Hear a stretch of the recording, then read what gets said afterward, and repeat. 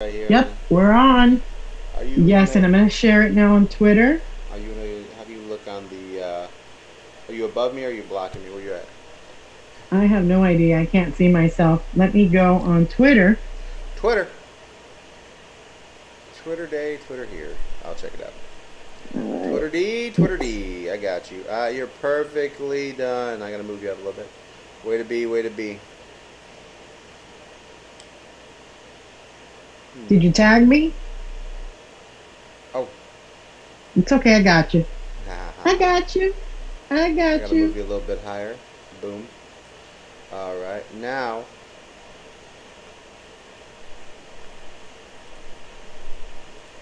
there you go. Now, did that take over the full screen there?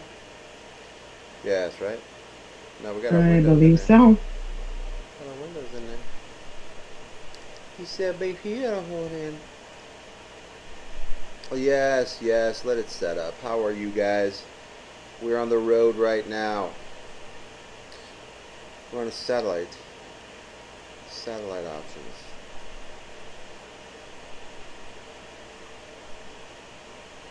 There we go. Look at you. I'm watching my live. I'm like putting in work. I'm moving you around. This is like, yeah, let's go. Let's go. All right, so what do we have? What's going on out there? I think the most important thing, the craziness of you know, um, looking at where we're at. I mean, I feel like we're not. I feel like this, which is very important. Did you share this on the Discord? Tell everybody. No, I have not. I shared it on Shut up. Twitter. I'll get it. So All right. you know the, you know, we need engagement. So we need like moon dancer. All right, let me get rid of that. So do you not? Okay, so did you see the thing about um, Coinbase? Like, are you not? I mean, is everybody? Is there anybody who? I mean, did anybody see that about Coinbase? Did we? Did we see what that was? Like, was there anybody? Let me see here. Let me jump in here, right? Now, you're talking about the news that was a few days ago, right? Yeah, I mean, I'm still kind of going in there. I mean, we right now they have their three top cryptos that could hold during the. I mean, this is the great thing. They come right out, right? I Mm-hmm. mean, everything's going really well. The All market is right. running good. 16 hours ago, they're going to run an article in the Motley Fool. Top three Mm-hmm. currencies that could hold up well during a recession. Right. I mean, they're already prepping you for a recession. Yeah. I mean, I don't know what to really We're say we're about. in a recession is what people don't realize. Yeah, It's just that yeah. people think of a recession and they're thinking of a recession like in the 20s, Mm-hmm. when prohibition and everything going on. These are different times. We have different needs, different technologies. Our recession is all the lack of stuff that we have. Right. um I mean, it affects everybody differently. Every state is different. The needs are different, but we are going through some form of a recession. Just people, for some reason, I guess we're not using that term because of the mentality, Okay. but yeah, absolutely. There's stuff going on, definitely. And to use that particular term in crypto, I don't know. What are your thoughts on that? Because, like I said, this is all guided. This is all. Well, It's crap. Honestly. I'm gonna put you a little bit in the screen over here, a little bit centered. Um, my whole thing is that uh, you know, it's really hard to believe that most of this isn't manipulated on every single level. Oh, it absolutely is. Well, I I mean, I feel you I can. feel it is. That's my opinion. I do feel there's manipulation. Yeah. Um, Well, think but about it like this, again, right? So let's say that we just go, all right, no bias, no thinking of, you know, what it is or if it is or it isn't or hmm right, just kind of where we're really just looking at what's happening, right? So when we do that, and you say, okay, let's take a look at what's happening out here. Let's um, see what it is, right? And you're watching the news and the media, and you're watching everything that kind of like goes down on there, and it's really interesting that they are placing things ahead of what's happening, and then it's just kind of hmm like playing into a time and effort, right? So it's like coins that are going to hone up in a recession. Now, if we go back and look at all their data and all the things that they went through, I mean, this is kind of like, was it? They were just talking about like, you know, coins that were replacing Ethereum, coins that hmm were, you know, set to explode, all this stuff, and then hmm all of a sudden, you know, we have that one critical piece of news where, you know, um, You mean we're not talking about Will Smith anymore? well, I mean, here's the thing about the crypto world, right? Yeah, that whole, I It's, mean, you just know, a quick question. Do you think he actually slapped Chris Rock? I think it's all no, I Yeah, don't. I really because, don't. I know that they feuded since 2016, but yeah, I don't really think it's real. I think it's a part of an act because the Oscars were down anyway. Like really nobody was watching type thing, just like that one time, with Kanye and Taylor Swift and Beyonce. I think right. it's all a bigger agenda, if you Well, I ask mean, me. to me, I thought like this. I thought like, okay, the Oscars are down. They needed something to happen. And, you know, Exactly. and then on the other side, you have all this weird news that's on the backside happening. And you're watching this entire, I mean, first of all, with Charles Schwab coming out, talking about, um, you know, everyone has to accept the new world order. And those who don't, we need to treat and put them in the, like, camps like China, right? Which is where they're hmm holding the Muslims people. I don't know if people know that that's happening out there, but they put them in retesting camps. And what did you know? Like, so here's what happens, right? So if you're a Muslim in China, they round you up, and if you don't concede to their ways, they'll literally take you out of your house, send you to a camp. They put an Asian person into your home as the new father of your family, and that person raises your kids in the Asian um, Culture. culture while you're in prison learning how to be a better Asian. He comes out. Now, first of all, they say these things don't. Now, here's what I'm saying is without having any bias or saying anything that these exist or could possibly happen or anything. I haven't been to China.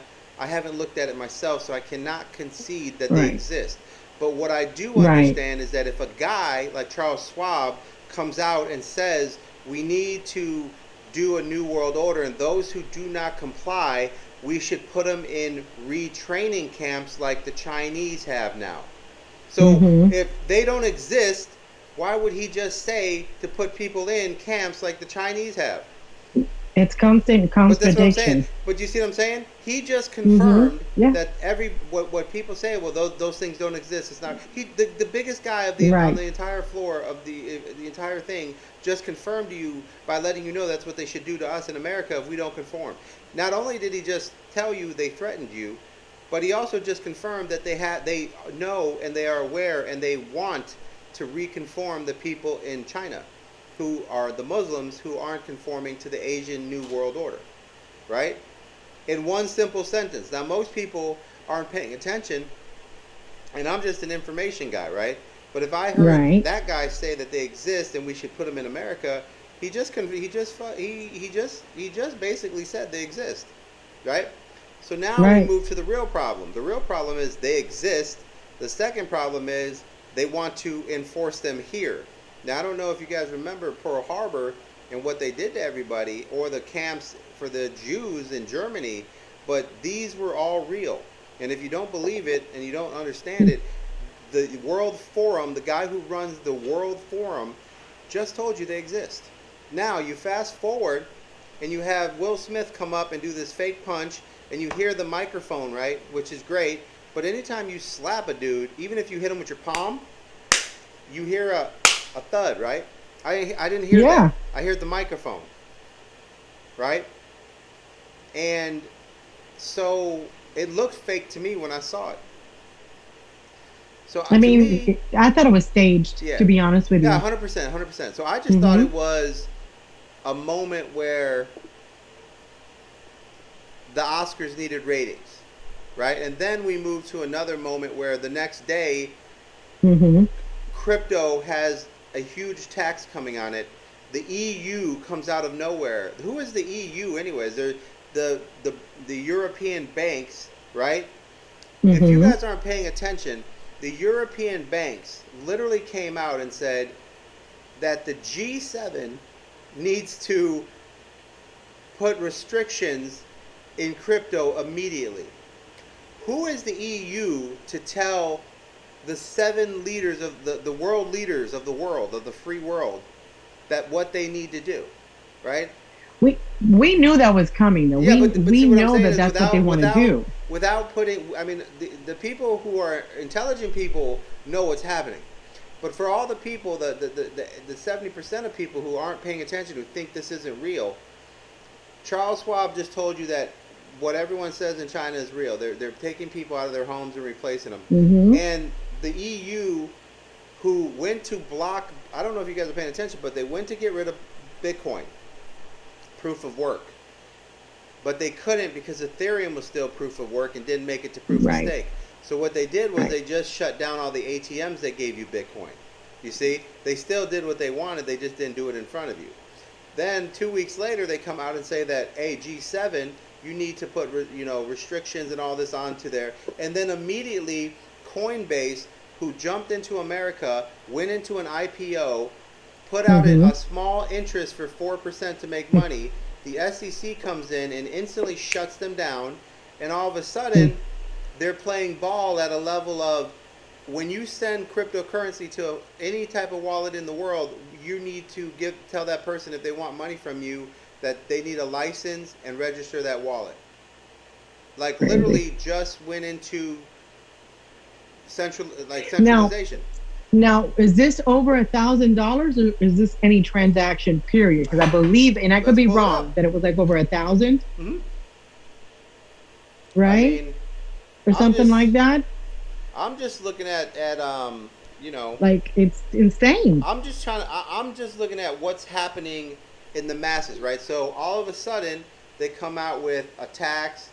I don't know if you guys are paying attention, but they tell you like, oh, Joe Biden just put a team together to look at crypto, and everyone's like, don't worry about it. They're looking. It takes 2 years. It takes 2 years. Did you see the 7 departments that are coming to look at crypto? That's Hmm. not a 2 year thing. That's the No, heads of everything to decide who's going to collect money from you. no, It's not. that's It's that's not a thing. that's like we're on Now, it and if you thing. didn't If believe you ask me me, that was happening, a day later they announced that they had a coin. Now I don't know about you, but I can create a coin and it takes me 2 days. The government had a hmm coin the next day, and they're already implementing the CDC coin. Like I don't know if you guys caught that, but they're thinking about crypto, and magically the next day the Fed has a coin. That's not thinking of crypto. That's planned out already, had it set, ready to go, and then snuck it hmm right behind something that this other guy said so that you went about your life. Oh, okay, you're going to just look at it? All right, guys, let's go outside. All right, bring the hmm coin out. And they just like literally, you know, they set the birthday table up right behind you when you went outside to play outside for a second. I mean, you're like a kid who just got duped. And Yep. so without any, conspiracy theories or anything like that, to have ICO, which is Coinbase, to come out and who is basically collecting all the Americans' information and then decide that they want everyone to have IDs. I mean, this is a moment in time where I feel like, you ever, like something happens to you, fall in really cold water, you're in a car accident, right? And when you're in a car accident or something crazy happens to you, you go into shock, right? Yes, you do. When you go into shock when It's something crazy happens to you, you're unaware, you don't respond well, and you just go, slow reactive, yeah, you're like, is what it is. what happened here, right? I think that's how they played this. They literally were like, okay, guys, we're going to do this, this. Mm-hmm. Okay, and then all of a sudden they were like, everyone's ID today, and you just got punched in the face, and you're like, what? Who? And we're so slow right now when we need to wake up and go, everyone needs to take their money out of Coinbase immediately and say, Yeah. we're not with you. And never go back because they Well, you just won't. shouldn't keep your money in an exchange anyway, They you use know? your listen, guys. The exchanges are just like banks. If you give them your money, they use your money to make money. You need to take Yeah. your money out of there and teach them that, hey, I just left the banks because I didn't like it, and now you want to be the crypto bank. Like they're creating the new world banks, and all they're doing is forcing them their way, and the banks are buying them up. Mm-hmm. Like when you become an IPO, the banks buy you up. The reason why Coinbase became an IPO is so that the hedge funds could buy them, which are the people who own the banks. Right? It's all the same people. And Mm-hmm. now you're doing business with the banks again. Everyone needs to leave Coinbase. Like you have to get out of there. Like it's just the way it is. It's a fight, Yeah. guys. You can't give them any control. Otherwise, you're not going to win this. Like and I feel like people just got punched in the face and they're in shock right now. Like what we do, you dump Coinbase, you move all your money, you go to a KuCoin, right? KU Coin's awesome. Stick it in there. They're not going to concede right away. That's who I use. Yeah, When Coinbase dropped XRP, I was out. And interesting, right? I just stopped using them. But I mean, I don't feel it's a conspiracy. I think it's sneaking up on you. They're sneaking up on you to where by the time you realize what's going on, you're already sucker punched, you know? And they're trying to implement what banks are implementing. Yes. They're trying to implement it, you No, know? they're not trying. And They're it's telling you. like, it's Right? They're just insane. like, well, this is it. Give us all the names. I mean, not only do they want you to register yours, but they want every wallet you send information to be registered. You see what I'm saying? Yep. Like Yeah. this doesn't happen with money. I went out today and I gave a couple people money on the street. I didn't have to register the guy's name. Like the whole point of digital currency was to be like the dollar but digital for us, right? Not for them to track everything you do. If you don't realize what's happening right now, you're being tracked, and they will shut you off. You need to. I don't know if you guys know how important this is.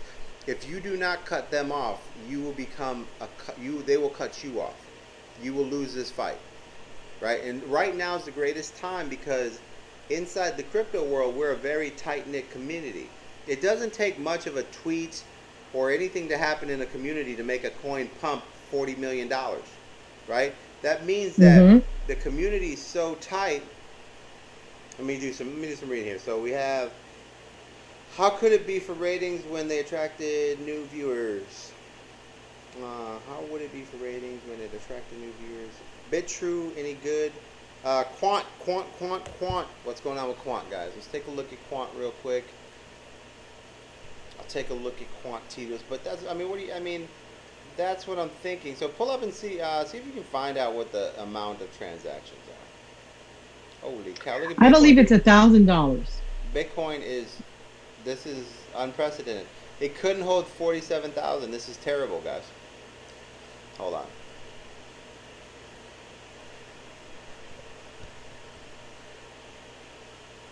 All right, let's go to Quant. Quant is flying. This is a power play. Anytime that Quant becomes the go-to coin, where was this at? Give me a second. This is the manipulation of the whales. Nice movement here. Because Quant is the coin that they leave Bitcoin for to go into. So if they're jumping into Bitcoin now, Mm-hmm. let's see where it's at. The pump was on the 28th. Yeah, so this big pump here should have been a warning sign. And this is kind of why, you remember when was it 3 days ago, I said, guys, sell everything, take profits? Let's see. Yeah. So, yeah. So in the Discord, I told everybody, I don't know if it was an alert or whatever. Let's see. Let me see. And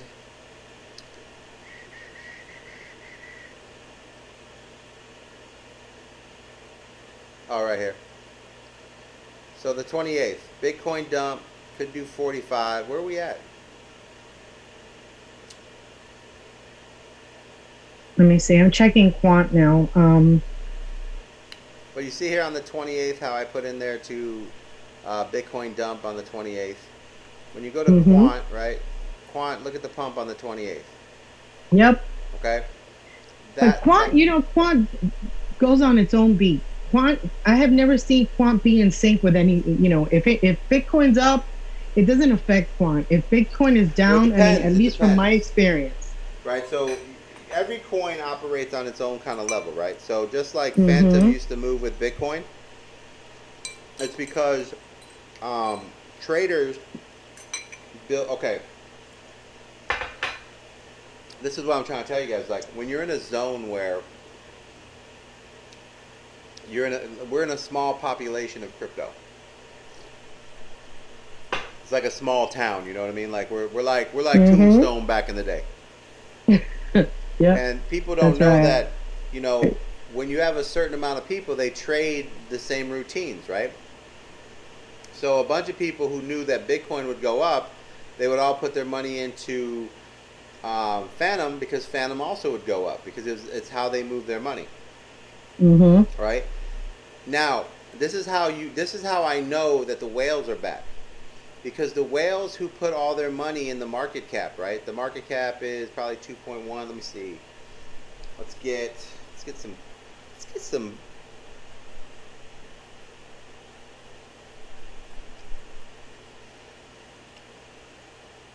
Let's see here. Yeah.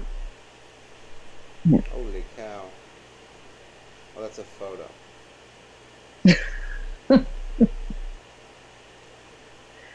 Oh man.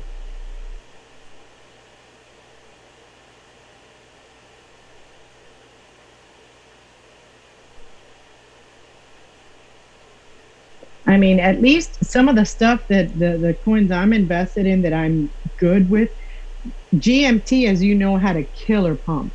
Like GMT really pumped today. Zill pumped today.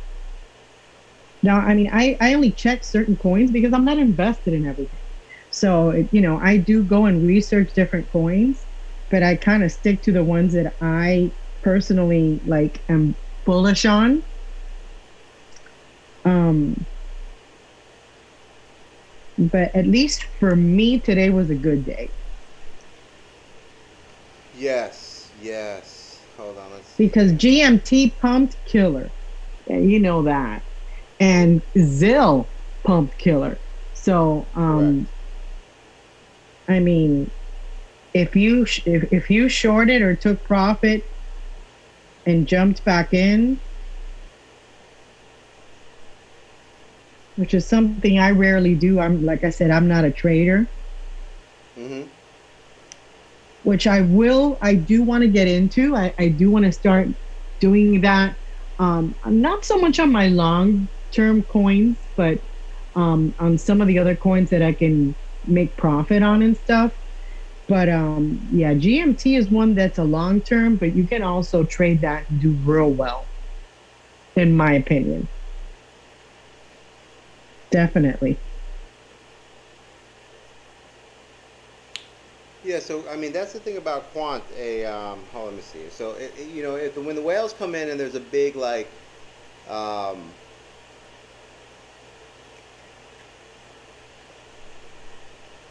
market cap going on, right? Mm-hmm. Um, hold on. Let's see.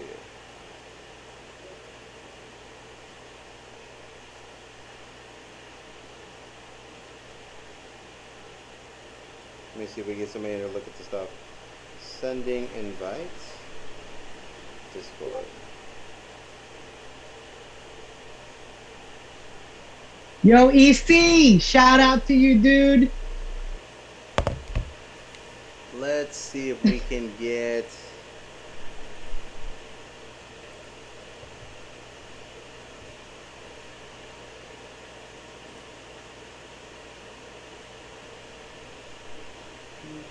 What are you checking? You're checking quant? Yeah, I was checking quant, and now I'm looking at the.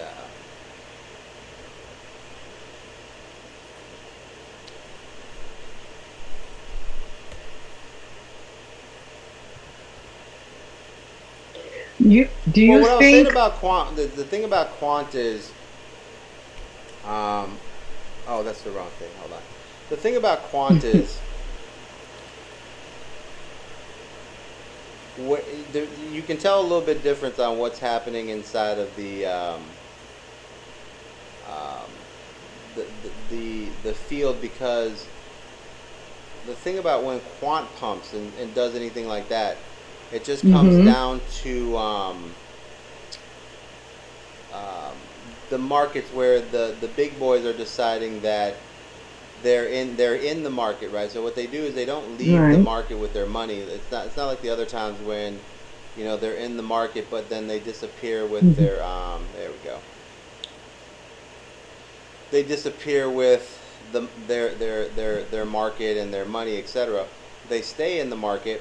The only difference is that now that they're in the market, they move their money around the market differently. Meaning Mm-hmm. that They're a whole different animal. Willie here in your on your TikTok live says that quant is like really undervalued, and I completely agree. oh yeah, Quant yeah, is yeah, yeah, mega yeah, hundred undervalued, percent, hundred you percent. know. And So yeah, yeah, without a that's doubt. not what makes it pump though. What makes it pump Oh no. is the fact that when the money comes in and they have all their money in the market, they start pushing. You see the market cap go from 118 or 1.8 billion to 2 trillion. What up, E? What up? What's up, dude? Not much. Just chiming in on y'all conversations and the damn banks and let's talk about tax season for the crypto. Crypto tax. Tax season sucks, man. Tell me about it, man. Hey, VC, man, I was gathering my documents for that, right? Mm-hmm. And this is how I feel about that, dude. It's like I got one wallet. I'm thinking, okay, well, I'm only gonna turn in my Mm-hmm. centralized wallets. Well, check this out. When you bring out the ledger from the centralized wallet, there's gonna be amounts on there that are not discoverable or can't tell where they went, where they came from. So you have to link them. If not, you pay a full amount of tax on that money. So then I'm like, okay, let me go get it from the other wallet that I think I brought it. Then that wallet linked to another wallet. And I was like, oh my God, they're gonna end up seeing all my wallets. That's, That's I freaking mean, insane, man. that's kind of That's where insane. that's the interesting thing that we have to where we kind of have to look at it and be like, uh, that's what we have to sit down and figure this out, because what they're doing is the first thing they're doing is they're coming in and want to, before they even discover what it is, they want you to pay, right? Yep. That'd be like you Mm-hmm. going out and all of a sudden you're like, um, you're picking seashells up on the beach, and you start throwing them in bags, and someone's like, hey man, I'll give you $10 a bag, and you do 1,000 bags, and they're like, hey, 30% on that. I mean, we have to get Yeah, to the point where we have to start saying, why do yeah. you always think that I owe you 30% when I make money? You know what I mean? Like that's the whole concept that I. That's the problem. Regulation Mm-hmm. is needed. It's needed on them, right? We need very specific rules. You can tax me on this stuff, right? Period. Not every time that'd be like you finding money on the floor and they're like 30%, bro. Mm. It's too much. They have too much leeway. Like, guys, you got to remember that they work for us. Could you imagine your child walking up to you every time you found money? He's like, Dad, 30%, Mom, 30%. It's just, I mean, we have to put a stop to them. They're walking around like they own our country. It's like, no, dude, you're elected. We don't want extra. We don't need any extra taxes, man. Right? You just sent $113 billion, not to mention the $2 trillion that you sent all around the world. And now you want more money from us for what? What do you? Huh? First of all, who told you to send all our money anyways? Why don't you go get the trillions that you just sent around the world for no reason and put that back in a bank account and use that for the taxes you're trying to collect from us, right? So that's kind of where it is, man. I don't know why we seem to forget these things, you know? Yeah, because that's how because they talk to you as if they own you, and you're just like, yeah, okay. I mean, it's like being in a battered relationship. You forget that you have your own mind, Yeah. and that's That what you've they do. got the They batter power. you up, right? That you're in control. But that's, like I said, but you know why though? Because again, this all goes back to the way that we do banking and the way that we live our life, our real life, Mm-hmm. all of these things are being incorporated into crypto, and they're seeping in because it's how we do everything in real life. Like that's, if I can pull all my fiat from the bank, I'm telling you, like I wouldn't leave anything in there, at all. I would not do any business. I would not make any payments. I would not. I cannot wait for the day that you can pay everything with crypto, because I will not. I will not keep money in the bank. Like I won't. Correct. And I know a lot of people that won't either. So I don't keep none of my money. Like paychecks come in, I don't keep them in the bank. yeah. Well, I keep enough for bills. You know what I mean? But I don't keep like excess stuff. I don't keep.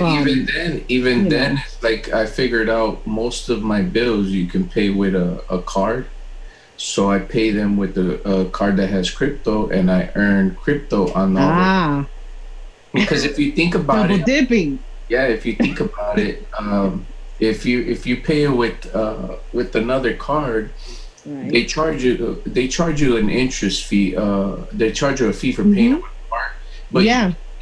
that money that you're paying in a fee, you get it back in crypto. So it's like, why not? Yeah. Yeah. You're right. You're right. You're absolutely right. Yep. And that's where we have to look at this. Like, we have What do to you have, figure that out. the Crow card? Is that what you have? Like the Visa?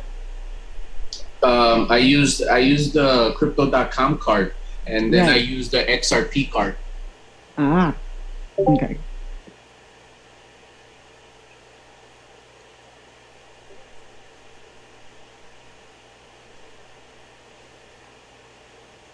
Yep.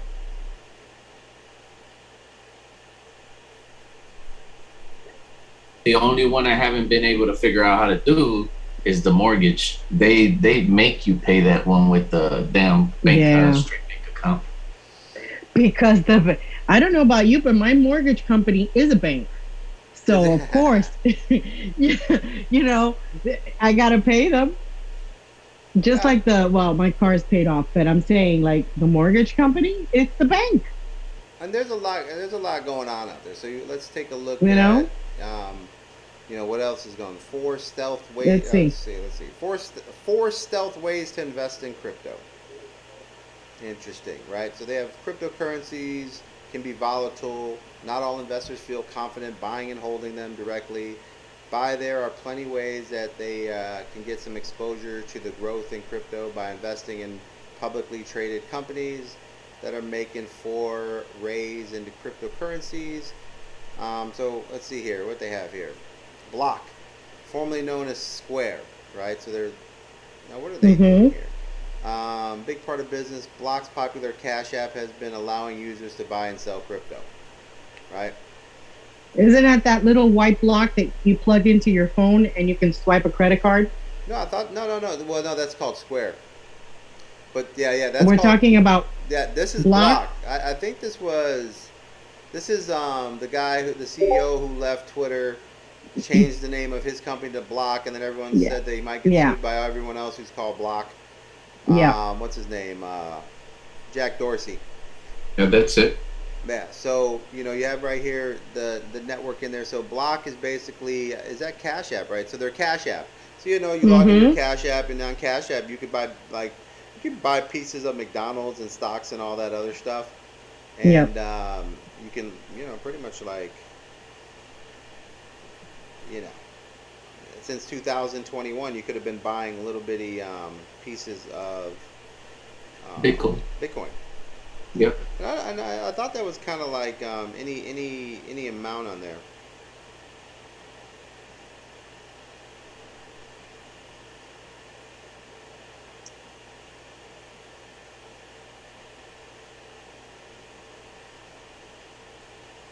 Let's see here. So as far as like what's happening out there with Bitcoin falling and everything like that, and all this news back and forth, like what do you guys? I mean, what are you thinking about all the different things that are going on out there? Well, I saw in the news that a lot of people are like, it's because they just put regulations down in some other country in Europe or something like that. The I EU, right? didn't, and and everybody had that. Oh, I'm taking my portion out. So a lot of people sold bags, but there's no telling. I think it's just a cool off because last week it was just we were all in there and getting profits. So it might just be a cool down, and everybody's just making it seem like it's something else. I Well, don't. To yeah, me, yeah. I see it as I always say crypto's physics, man. Like crypto is physics. If it goes up today, it'll go down like 20 minutes, 10 in 5. You know how volatile this is. You know what I mean? So when I Right. see that, everything going up and down, and oh my God, Bitcoin is going down again, Bitcoin's going up, like it doesn't freak me out because it's going to happen.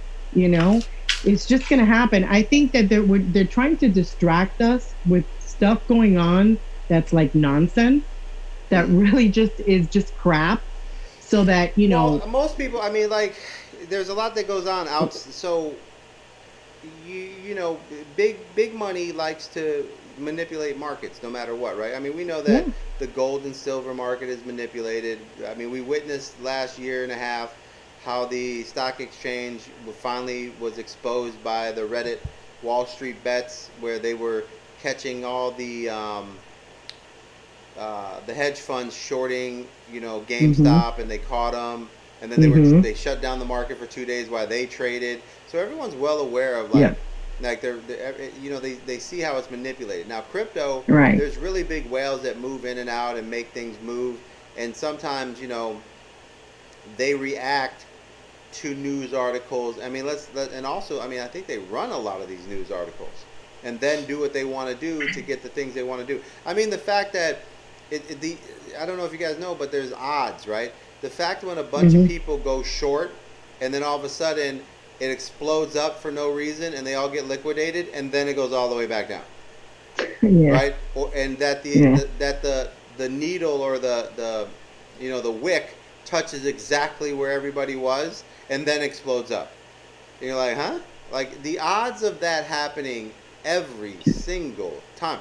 I mean, most of us traders, like for me, I trade. If there's a bunch of people going short, I go the opposite because I know they're going to wick them out. Like it's almost, I mean, that's how they do it. So, when they do something over and over, it can't be a coincidence, right? It doesn't happen like that.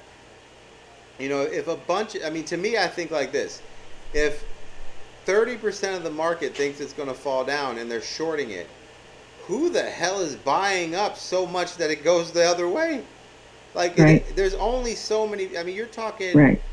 to move Bitcoin a percent, you need 37, $45 million. So to move Mhm. it to 15 to 20% to liquidate the people, you need $300 million, right? And it all has to be like you're telling me that all of a sudden a bunch of random people who aren't in. I mean, the odds of that happening is very. It's almost impossible, right? 400, $500 million of Bitcoin just explodes. All of a sudden, there's a purchase price for $500 million worth of Bitcoin. I mean, come on. I mean, it's not like random. I'm not looking around going, "Oh my God, there's so many people going short," and then I want to screw them over. So it's not the retail investors. We don't make any money when people get wicked. It's the exchanges. It's the companies that are making money when you are Mhm. leveraging, right? Right. Now, who has all the money? Who has $400 or $500 to actually do that? The exchanges. This is a dirty game, and these exchanges are ripping everyone off. and they're That's why I operating in the same said thing. people get your money out of the exchanges. I don't know why people leave money in exchanges. I guess it's comfortable, right? To just because that's the money they're using, like the banks do. Right. That's, I I mean, mean, you have to say to yourself, we all know how many people are here, right? Now, if a bunch of new people decided to buy Bitcoin and make it explode, we would see it on the market cap. We would see the wallet addresses explode. But it doesn't happen like that. It's just literally a bunch of people are going short, and all of a sudden there's this random wick that happens, and then it goes away. People don't right. trade like that. That's an exchange dropping $300-400 million to wick you out. And when you say, well, if you don't understand how this works, this is why you don't understand you got taken, is because an exchange will lend you a bunch of coins and say, okay, you can short these coins, right? They already own them. They're at no risk of losing or whatever. It's almost like monopoly money. They just make up numbers and give you the coins, and then you go out there Mhm. and you put them on a short, right? And then they know Mhm. you have them on a short, and they wick you out and take all those coins back and 90% of what you invested. And then they get to keep that 90% of what you invested because the deal was between you and them, right? And they're the ones who bought the coin and sold the coin, so they made all the money. It's like They make, that's they the make game. they make money regardless. Yeah.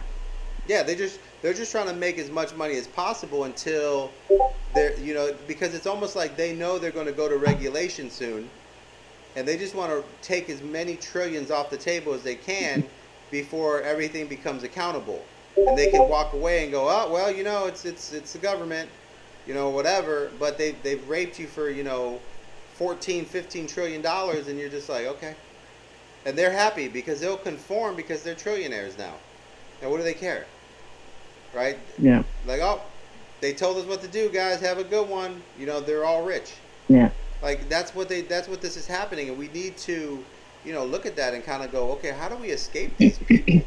Like, how do we get somewhere that the people are actually safe, not a bunch of people taking advantage of the people who are constantly trying to be safe. I mean, That's what we're trying to get away from anyway. right, and I think we built. I think what happened is we let them build this, right, and they Yeah. built it in their own way, and then they're in charge. Like, we should have been like, no, we want an exchange that allows us to trade openly with no one in charge of it.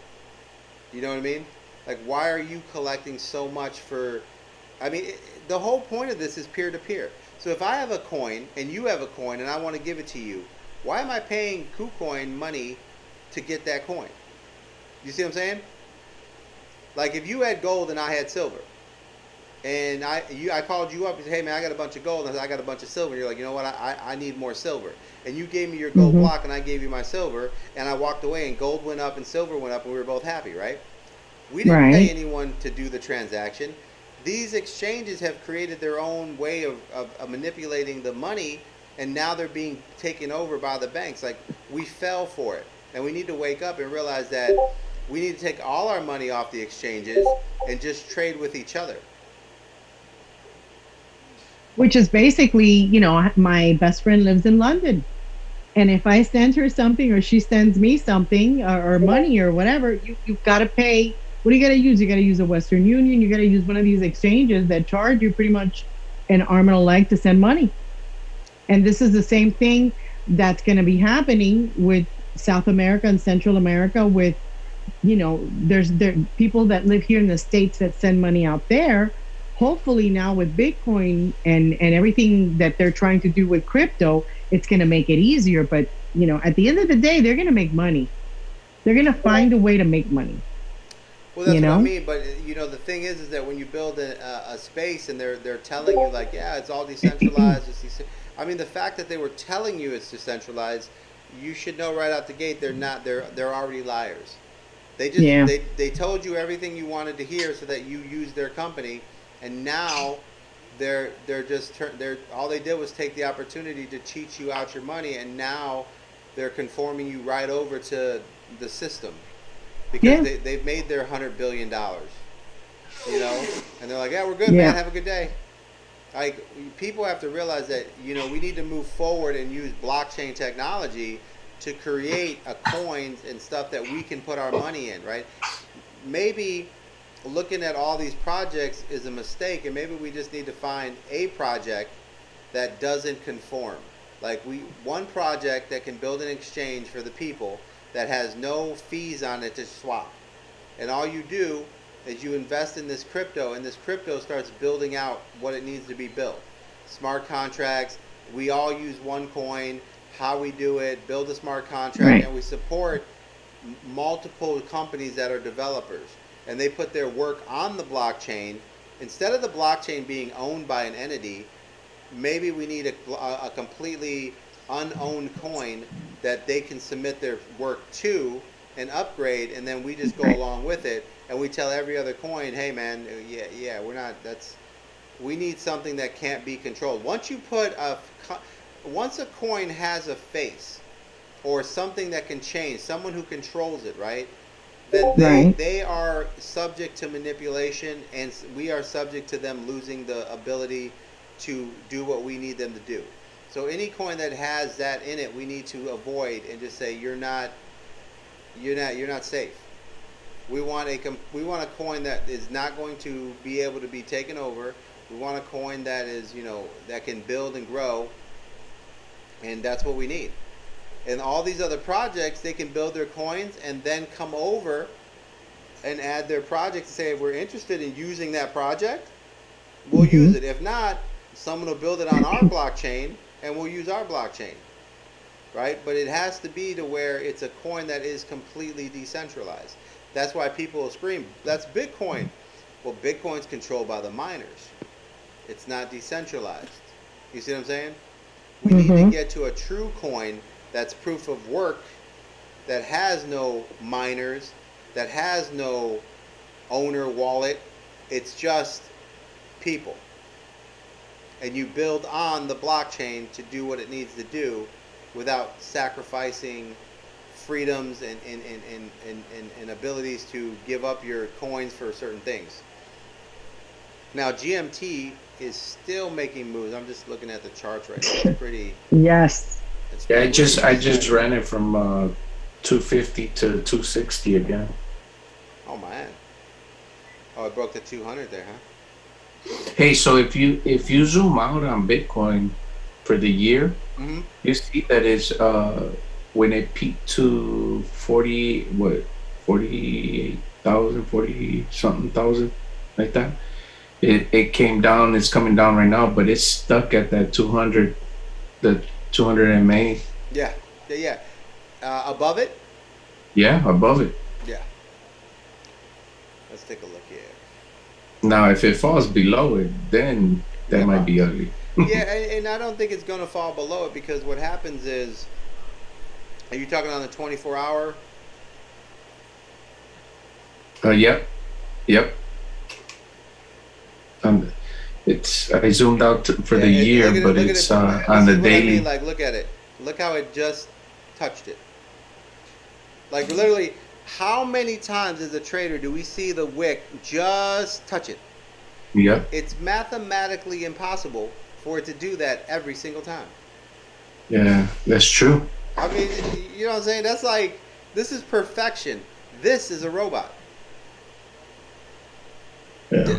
I mean, it's impossible. I mean, I watch these charts all the time. So that's really what that comes down to.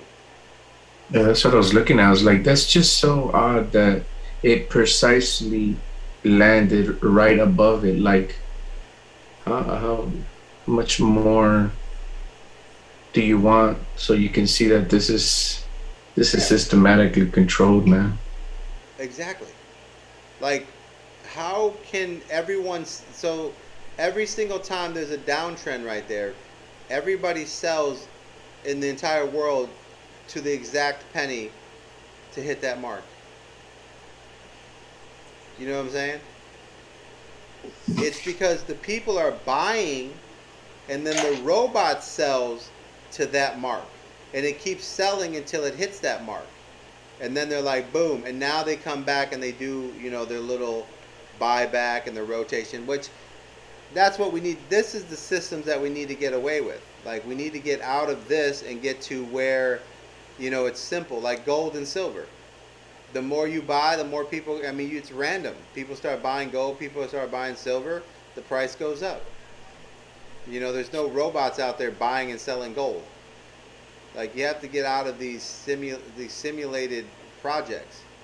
Like we need a I think it's just going to get worse, to be honest with you. Oh, 100%. 100%. Well, that's how you kill a coin, man. You sabotage it. Yeah. They're gonna sabotage a lot of these coins so that people, it put fear in people to take out your money.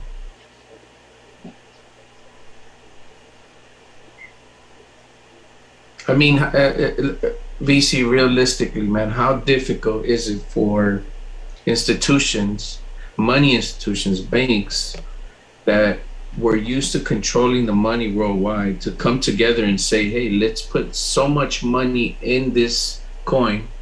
Mm-hmm. And we Say again? It's not that difficult. Oh, for banks to get together and make a decision on what they're doing in the coins? Yeah, so I think it was you or somebody that mentioned how in one of the, y'all seen Yellowstone, Yeah. the show? Mm-hmm. Well, in one of those episodes, it shows how one of the girl from the company is just like, they invested so much money that they pumped it. They pumped the stock or whatever that she was pumping. Mm-hmm. And then at a certain period of time, they just started dumping little by little. They just pumped it a little bit so more people could get Oh, yeah, friction. yeah. That's what I told you. Remember? I told you. They have a very simple system, right? That's why when I was showing you how to watch them trade, they start putting their bags in, and Yep. then they break a certain level. That's the system that I show you is based on how they trade. Once they break that system, then people start coming in, and then every time it slows down, they put more in because they're like, don't slow down, and then FOMO kicks in. They feel like, yo, this might go up, and then all of a sudden, so at the end of the giant pump, they put in 30-40% of the bag. Retail investors put in 60, and then they dump 100% and take 60% gains. Right? And then the retail investors dump, and it falls down even more, and then they come back in and restart it. So now they got 60% gains up, 60% gains down, and now they're in at a better position even lower. And they just they rinse and repeat that over and over. Yep. And now you're looking at the coin is at a lower level because of the dump. All they have to do is, play it sideways for a little bit, fake another pump, people will buy in more, then they dump again, they short it again, and that's a sabotage. They can sabotage it easily. Yeah. Because they can come up with millions and millions of dollars to throw into one. Yes. Oh, not millions, like hundreds of millions. Yeah. I mean, they're set up to trade hundreds of millions. It's not hard for an exchange and banks to come in and drop $300 million into an event and be like, boom, bang. You got to realize that exchanges, okay, it's like a hedge fund, right? It's like stocks.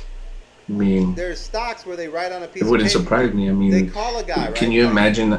I mean, I think of it like this: how many people in the world really, put money into the banks, but tell the banks like, almost like what they used to do with the money and put them offshore accounts, right? If they grabbed that kind of money and dumped it into the crypto blockchain, it doesn't matter if they lose on it or win on it, because really that money should not even be existing. Like what you call black money or cartel money, they could play with all that money. Well, I mean, so kind of like what it is like, okay, so like stocks, like a lot of people don't know that, but a hedge fund basically, so let's say you own a hedge fund, right? And I have a hedge fund. I can call you up and say, yo, E, give me 100 million shares of AMC, right? I don't even send you money. You just write on a piece of paper that I'm getting 100 million shares, and you type it in the computer. No money transferred. Nothing happened. You just Mm-hmm. affected the stock exchange with a letter. No real purchase. Nothing. Right? And then Insane. they come back and say, "Up, sold it at this price," and then they just all they do is mail me my money and my check. But I've never invested. I didn't move any money, right? So how do we know these exchanges can't just put in there that they just accepted a certain amount of Bitcoin, maybe 400 million, put it in the system, and the system explodes up, and then they write up sold, But right? maybe we are going towards that direction. Like I said, I, I, and I know that you know. I mean, I know you know this. None. I don't feel that this is like the foundation. We're just kind of everybody's kind of like just getting through this and playing it by ear type thing. Mm-hmm. When things start really to kick in with crypto, the way that it's going to settle in, I do feel that some of these things are going to be incorporated. I do, because it doesn't make sense not to be honest with you. I mean, look at the stock market. I mean, and not to compare, but things that we did things like that in the stock market. You're going to tell me that we can't implement something like that here? It just kind of doesn't make, I don't know. Yeah, especially with Don't you think things like that are going to be added in eventually?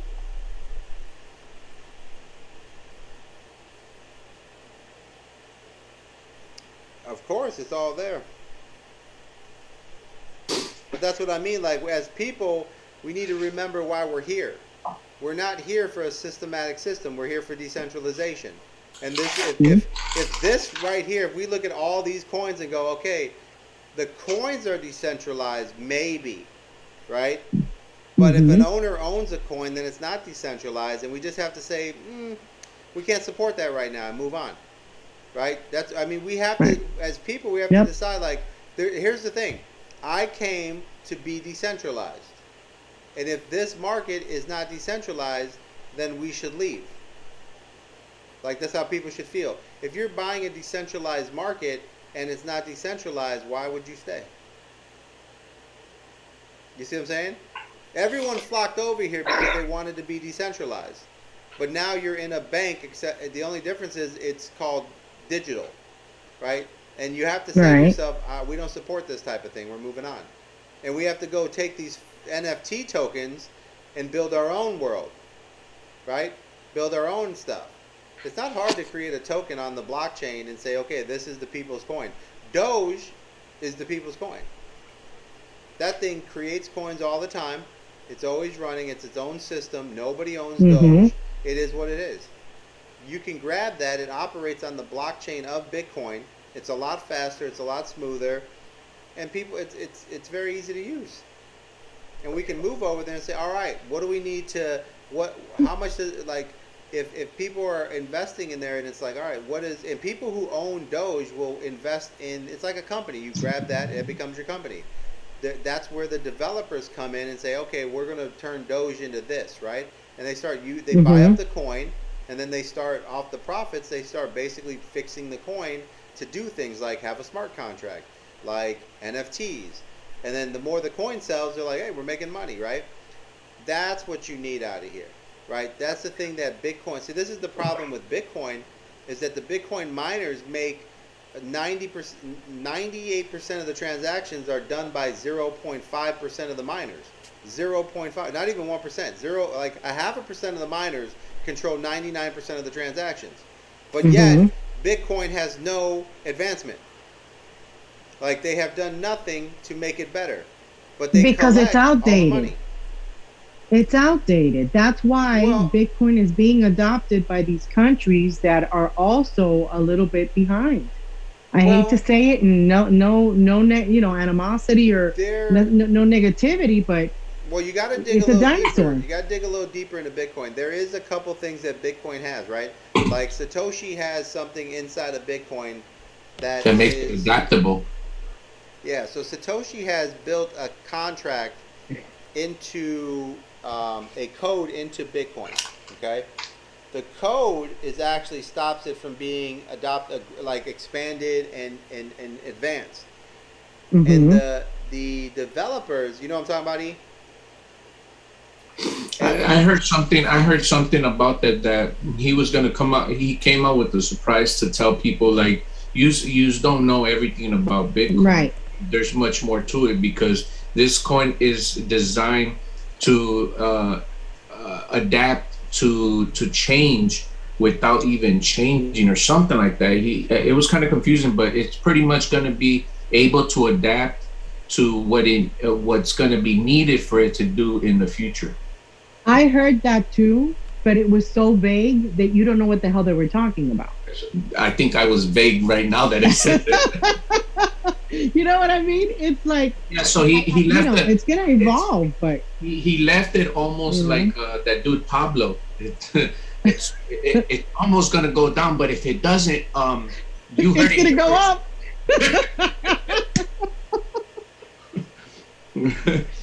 I can't.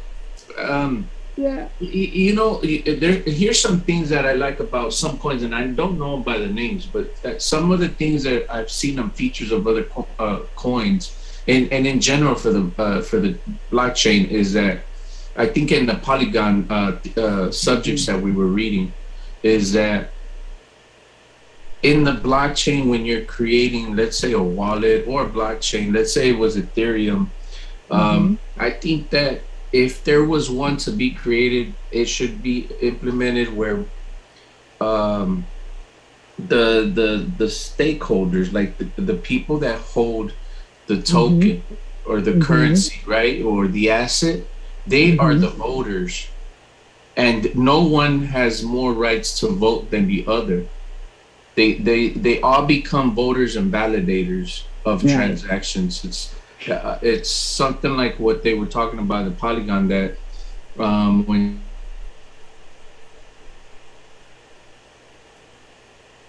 you lost audio. I can't hear you. They got him. They got him, right? But it's like sign language. I can't hear you, man. In that blockchain, because I'm a holder of the coin. Yo, can you hear us, bro? You back? We lost audio, but you're saying that basically the more coin you hold, the more say so you have. I can't hear you. So they make it equally. So there's never like a whale that can say, "Well, I got the most coins. Got it. I'm gonna be the one to vote." Right? If you are a holder of a coin, then you vote equally as Moon, because she has 1,000 coins and I have 1 coin. Doesn't matter. We vote equally, right? But if I hold a coin, that means I hold a wallet, and my wallet will be on my computer. My computer becomes a validator. So therefore, when transactions are done, I'm almost like a peer on the blockchain. That validation of transactions will come through my computer. Okay. I heard something about that, but I didn't really dig deep into it. Yeah, if you read more into the Polygon that VC and I were reading about, they talk a lot about that in the documentation of what Polygon is doing. It's pretty interesting. Which is awesome. I think it's pretty awesome because it keeps the control among everybody equally. Well, yeah, because the way that I understood it is like, we would let's say we've created a coin. VC has a coin, I have a coin, you have a coin, and Kim has a coin, right? Kimberly has a coin. That's let's say it's 4 people, and we all have a coin. We all have, now when something is to be changed on the blockchain, we all have to vote, and we all have equal votes. The majority will win the vote, right? But in order for it to be done, we all have to validate it, or it cannot be changed. Very cool. Very cool. I think this was something that was like implemented maybe like a month ago, right? Is this something, because that's when I heard about it. That's it's something like that what we were talking about. So if that gets done, and then the Matic gets going with their multi-chain implementation, then pretty much they can be that network that operates multiple blockchains, and nobody has to move. Like the Polygon blockchain would be able to make a transaction from Ethereum for Ethereum without Ethereum giving up any of its security, because the Polygon would guarantee its security, because it says, you know what, I'll start and finish this transaction for you, and I will ensure validation without you jeopardizing any of your security. So that's with the different bridges then. Yep. Basically, that's what Polygon is building to do. I thought that was good. I heard about that maybe a few weeks ago, almost a month. So Yeah, so in it, that's why it explains that the way things will be done in that multi-chain is by the holders that will vote. Each holder will be able to vote how things are handled in that multi-chain. Very cool. But I just don't understand, how is it that, I mean, we read that a week ago, and it's like they're sabotaging the price of Matic. It doesn't go nowhere. Yeah. Well, another thing is, the thing about that is that I that's what I'm saying is, like, where is the we need, when you're investing into crypto or any type of company, right? The mentality, and this is why a lot of times, spending time to dig into it, what you have to understand is that the crypto market is a market. It's $2 trillion, right? And you get news that one of the coins is making an advancement, right? Now, how many people are really going to move from other projects into this new project or put money in there, right? So that's kind of like the moment you have to think, like, there's only 30% of the market that kind of jumps around. If you talk to a lot of people, most of them are just holders. But there's 30% of people that buy and sell the news and the rumors, right? They're like real traders. And as time goes on, that's why when you read stuff about Matic that's bullish, most people are like, okay, Matic's bullish, but they're holding their favorite coin, or they already hold Matic. You know what I mean? So there's really not more that goes into it. And then what happens is, if there's, and this is what I was telling Moo all the time, if there's no marketing for these companies, it doesn't matter. How many influencers, Moon, or anybody, you guys are on TikTok, how many influencers actually mentioned that amazing news about Matic? None. So therefore, that's true. That's pump. very, very true what you're saying. Yeah. Marketing has a lot to do with this kind of stuff, man. That's what I'm trying to tell you. Hello? Yeah. What's going on? We're on the live. What are you doing? I think too, that there's so much going on constantly. Even though things have slowed down right now in crypto, but there's like so much going on, like with changes and partners, and you got to be like on it. And usually you kind of focus on the crypto that you are invested in, so if you're not like big into, even though Polygon I think is killer, if you're not into that and you're focusing on other coins and other things that are actually happening, like I said, there's a lot of garbage that's out there that's sidetracking you from stuff like this that really means something and it's important. You can overlook it like really easily. Yeah. So we've spent the whole day focused on GMT. You think we've been looking at Polygon? We've been killing it with GMT. I made like I want to say like $300 off of GMT today. I'm so bullish on GMT. Like GMT, I don't think you guys realize where GMT is going. And I have a couple of other ones that I'm like really kind of watching and bullish into, because they're all like, this is pretty cool, man. Way to earn and stuff. I don't even know where to start reading this after, but this is since what? February 19th. What? What are you looking at? GMT? No, it's stuff about the multi-chain. How so I keep talking about how multi-chain is scale security, right? So this article came out and it says multi-chain recovers 2.6 million stolen funds will reimburse Mm-hmm. losses on Mm-hmm. condition.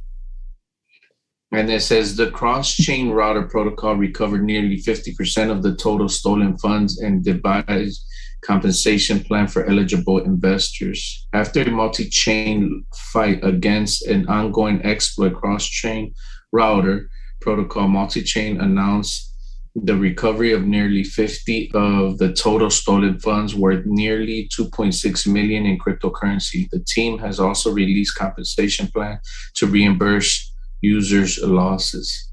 On January 10, blockchain security expert alerted multi-chain about two vulnerabilities and its liquidity pool and router contracts, affecting 8 cryptocurrencies, including Wrapped ETH, Wrapped BNB, and Polygon. But the thing is that they were able to recover those funds. That's the most crazy thing because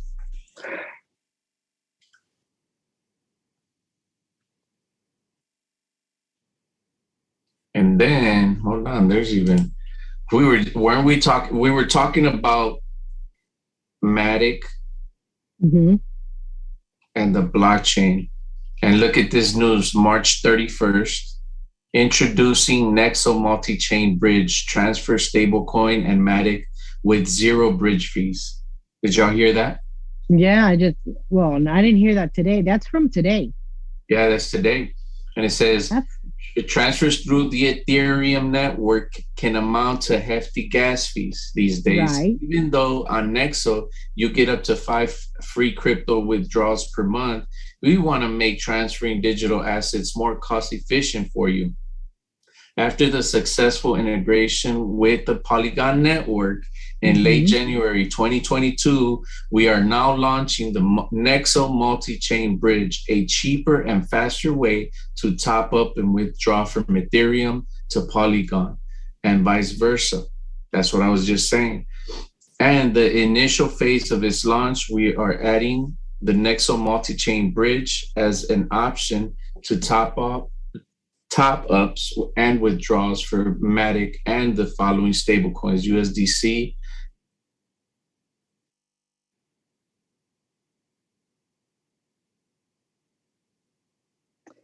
But you see what they're doing, right? I lost audio again. I can't hear you anymore. and it more secure. Your audio completely went out. Oh my God. But wait a minute. Listen, but you see what they're doing. You see what they did, right? Yeah, so here. Remember the other night we covered that you're grandfathered in for what you already have, but you can't buy any new coin and stake it, right? Right. Yeah. But now they're doing this. Yeah, and they agreed though that they would come up with something, to make up for that. So there's the article. I put it in the chat so that way. Yes, I saw it. Let me see. It says how to benefit from the Nexo multi-chain, being the top layer 2 solution for Ethereum scaling. Polygon is the go-to choice for many dApps. If you lose my audio, let me know right away. I will.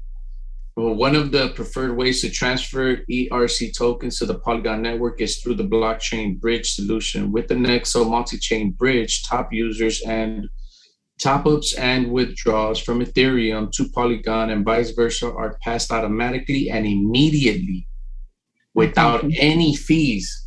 Have you ever heard of passing Ethereum without any fees? No. Are you kidding? Not even. That's what I'm saying. Like, how? I mean, I hate to ask, but how? It's because they can do it a lot faster, I guess, since they can scale security and the speed, and they're allowing to take it. They're allowing it. it's like saying you have to exchange something with VC and you do not want to involve nobody else because you don't want to take that risk that something's going to happen to your asset. Right. So therefore, you're always going, it doesn't matter what it costs you, you're always going to go be the person to go over there and take your stuff and transfer it to VC and give it to VC, right? You're going to give it in his hand. Here you go. I brought it to you. It's guaranteed because I have it. Well, stuff can still happen even though you're the one that transfers it, right? Something can happen along the way. So what is Polygon doing? They're probably more than likely, which they don't say in none of the articles, but they're guaranteeing it. They're saying, okay, we have, if I'm transferring $1 million from point A to point B for Ethereum, I guarantee I could do it. I can secure it for you. I can guarantee its security and I can guarantee its transfer in, 99 times faster than what you can transfer it. Right. Therefore, Ethereum's going to say, okay, well, let's see you do it. And this is the outcome of allowing them the opportunity to make these transactions. And it's being now advertised that they do it faster, they do it cheaper, and now exchanges are starting to partner up with Polygon. And no gas fees. Do you think that when Ethereum 2.0 kicks in, do you think that the gas fees are going to go up?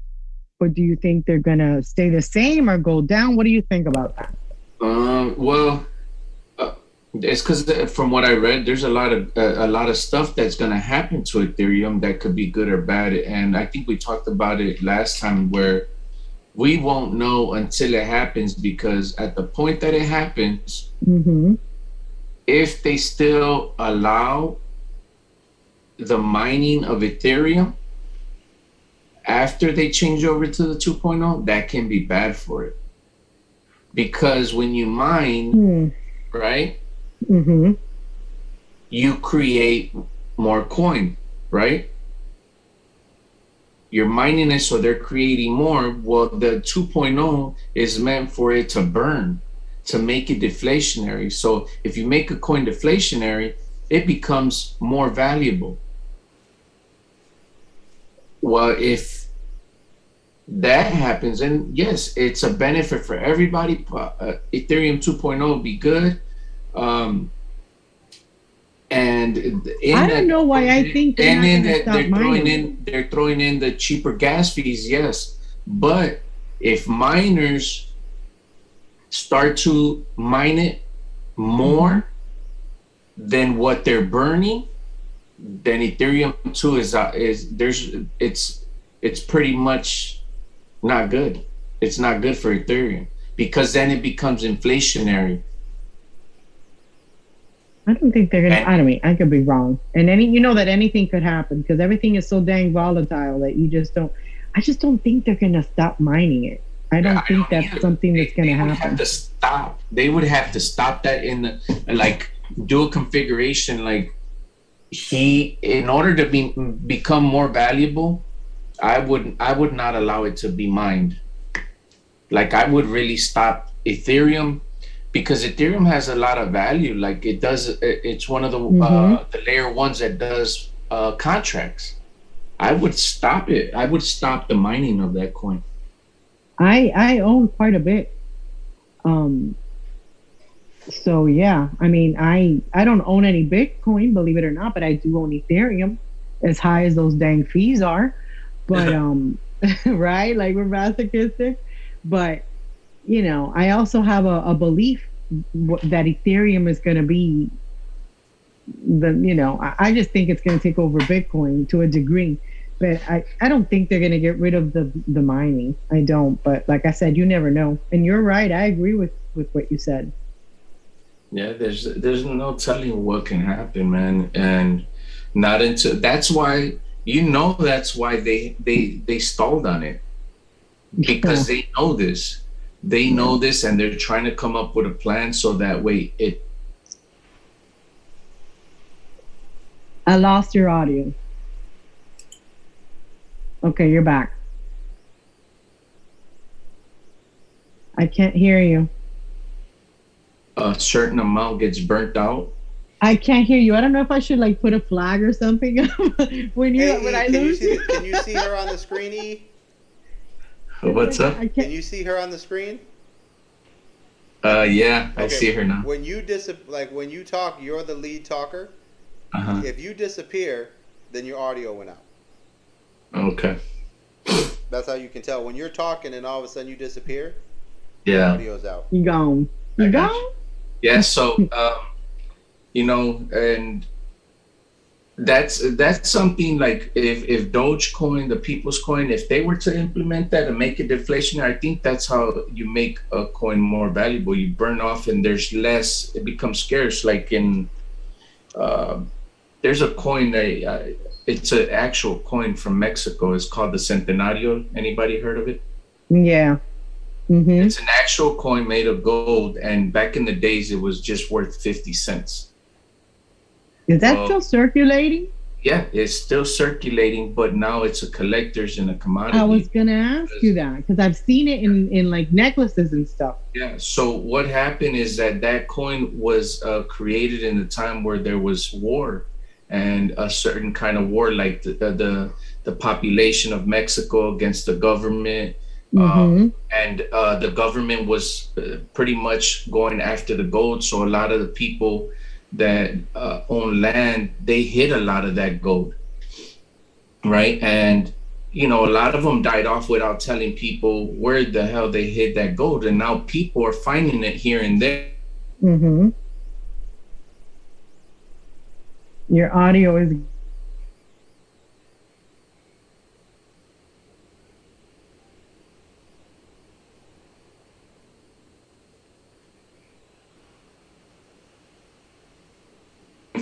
from 50 cents to $3,000-$4,000, that coin.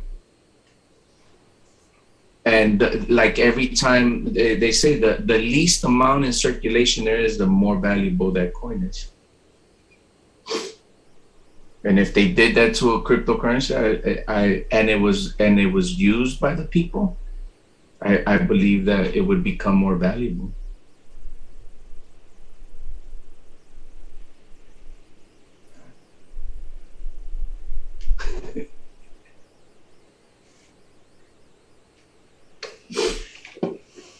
I mean, so that's the key. Now the key is like, so go back. So Polygon is this on their new system where they were able to get those tokens back? Like, what happened that they got the tokens back?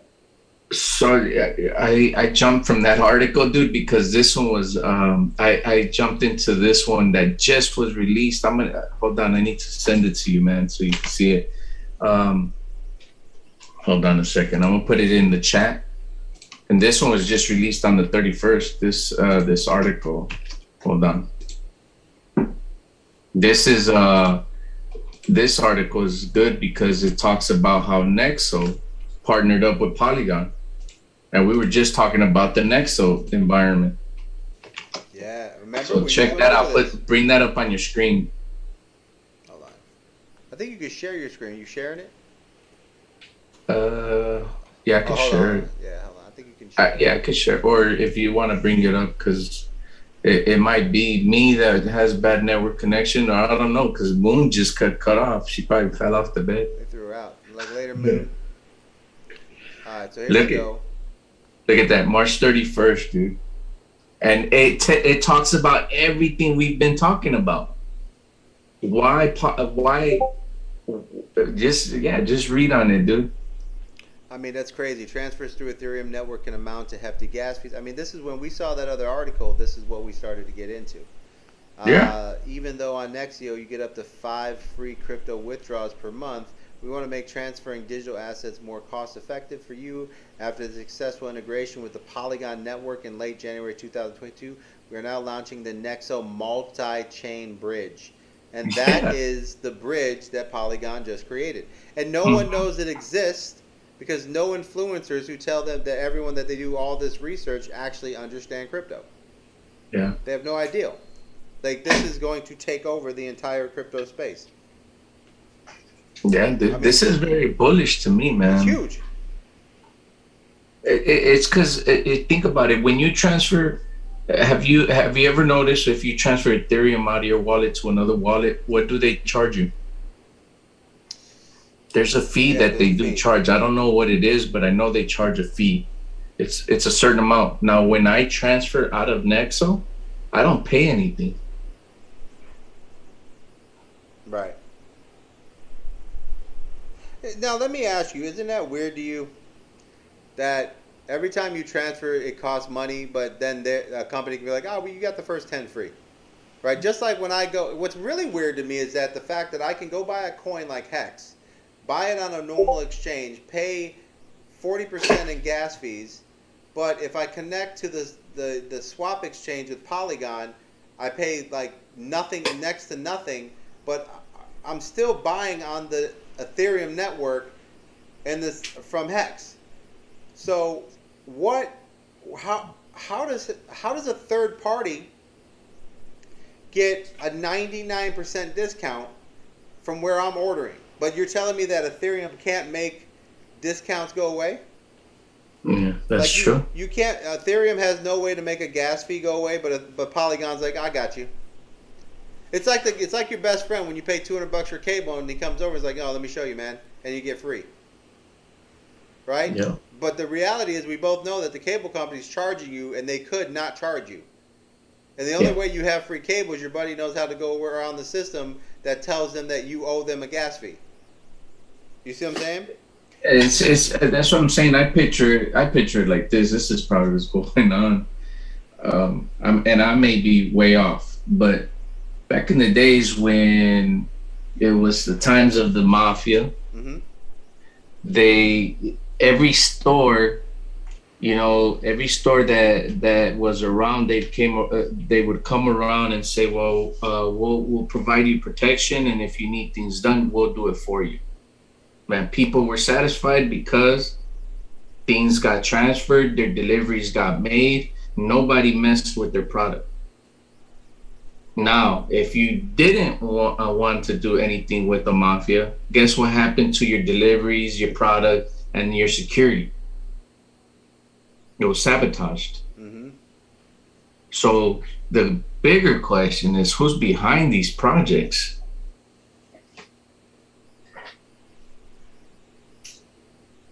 Exactly. Now you see. Now you're in. Now you understand what I be telling you. You get it now? Yeah. Like now, when you start to think like this, now all the shit that I show you how we trade and everything, now you're like, oh shit, I get it, right? The only part you're missing is understanding how small this world is. This community, you can take down the most popular, the biggest crypto, billboards in every city, Africa, people writing on their names, getting tattoos with one tweet to 70,000 people. You can destroy the most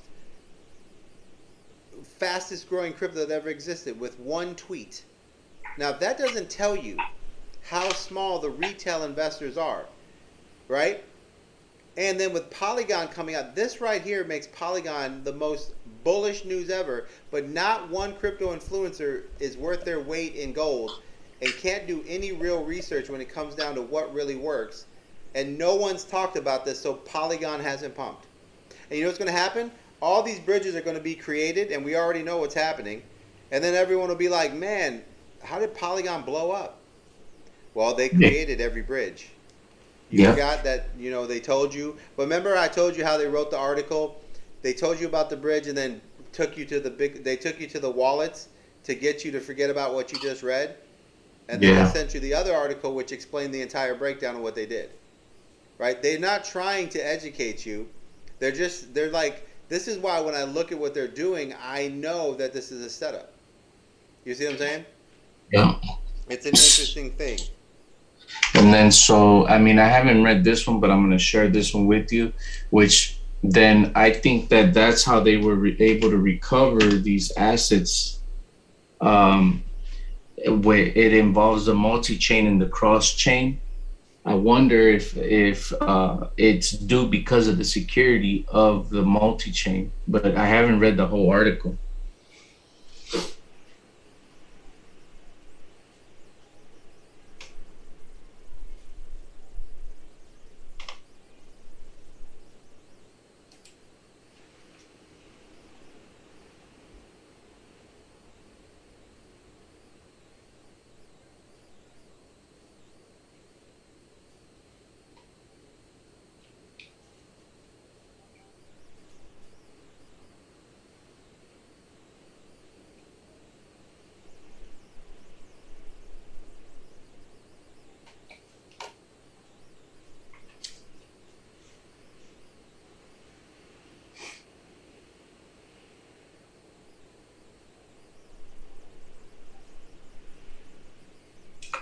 And see, this is interesting, man, because this is just printed March 31st, yet it talks about earn 17% APR as soon as you transfer USDT, USDC, Matic, Day to Nexo. You can now swap for the high yield assets. You can withdraw anytime on a flex term and can lock your crypto. So it's just, I don't understand why they're still advertising that if on other articles it says that they stopped doing it. The dates, right? What's that? The dates, like they, you know.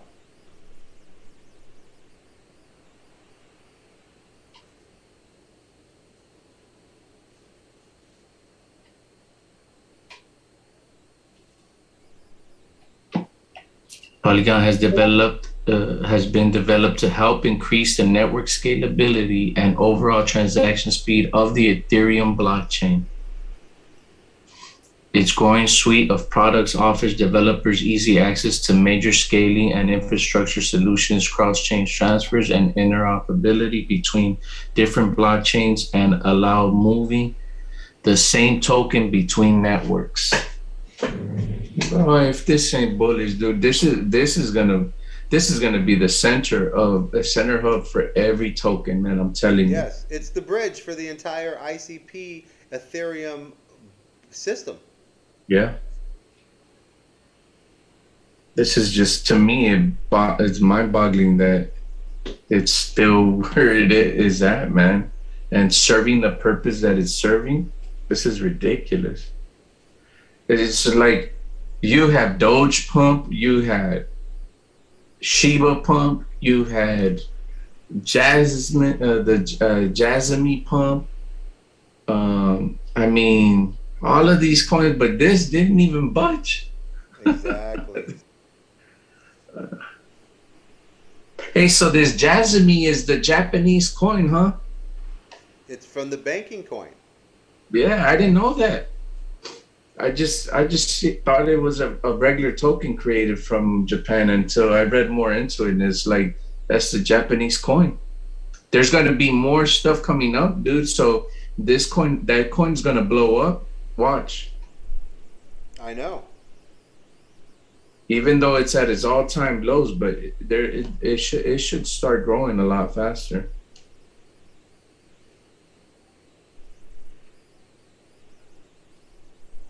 Yes. I didn't know you could log into here. Let me see.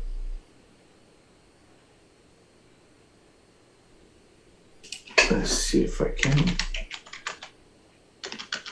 Enrique. Oh my God! Look at that shit, dude. Look at GMT. It's at 275. Yeah, I know. It's crazy. Hold on. And it's following the down pattern that I drew out.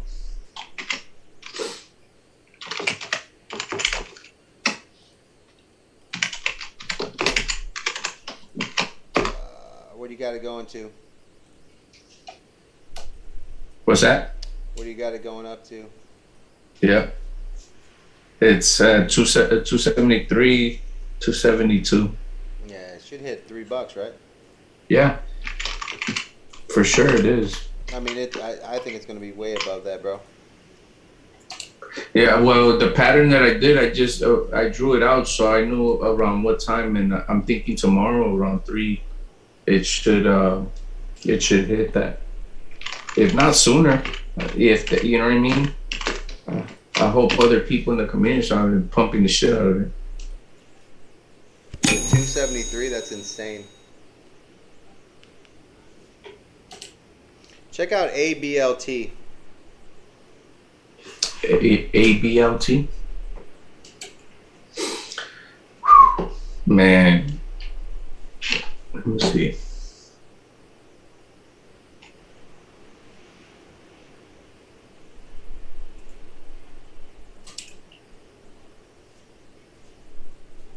Oh my God.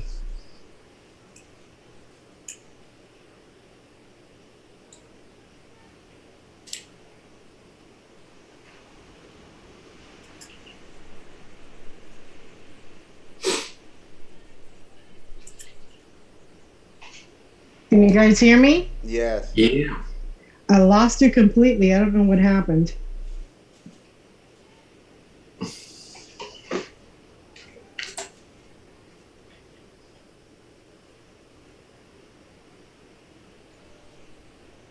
How long do you guys think before other currencies actually adopt what what Polygon's doing? Oh man. I think they're gonna be it. Yeah. Yeah.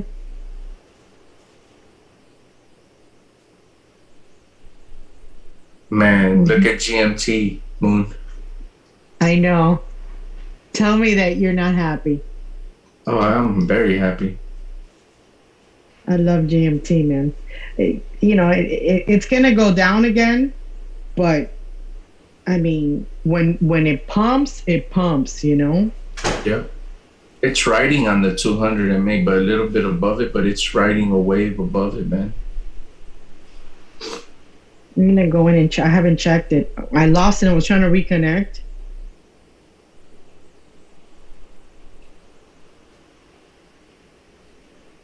I was trying to catch the coin at 250, and it didn't want to come down to 250 anymore. So I don't know. On this one, I think there's going to be a dramatic drop. So I think from Yeah. here, it's going to drop back down to back down to 258. Like Ocean dropped big time, and then Zill blew up. Like, Yeah, I know. you know, so they're so like completely unpredictable. But Zill had bullish news out. That's why. Nothing. This whole time. Let me see if I can find it. Hold on. Like, so everything that happens, it's not that it's unpredictable. When it happens, it tells you something, right? And this is where you have to learn, if you're in a market, what they mean, right? Like I told you, when the market gets over 2 trillion, that means that there's certain things that happen, right? So for instance, when the miners start buying Bitcoin again, which happened on March 22nd, I told you guys, or March 16th, I told you guys that when this starts happening, the market is back in play, right? And there's a process to making money. And this is very logical, right? The process is this. Every single April, there's, okay, so in May, in May 15th, people start graduating, people start taking summer vacations, people start getting ready for weddings, summer comes, everything happens. It's kind of like life. So in April, people start to come in, selling off at May, collect all their profits, and they go on vacation. That's why the market dies until towards the end of July. Then they come back from vacation, start reinvesting in the market because they need to make more money, get back into the market and start building up again.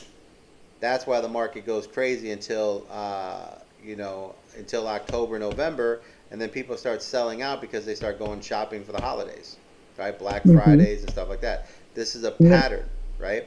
Now, when the market becomes really bullish, there's two things that happen. One, the miners start buying Bitcoin again, right?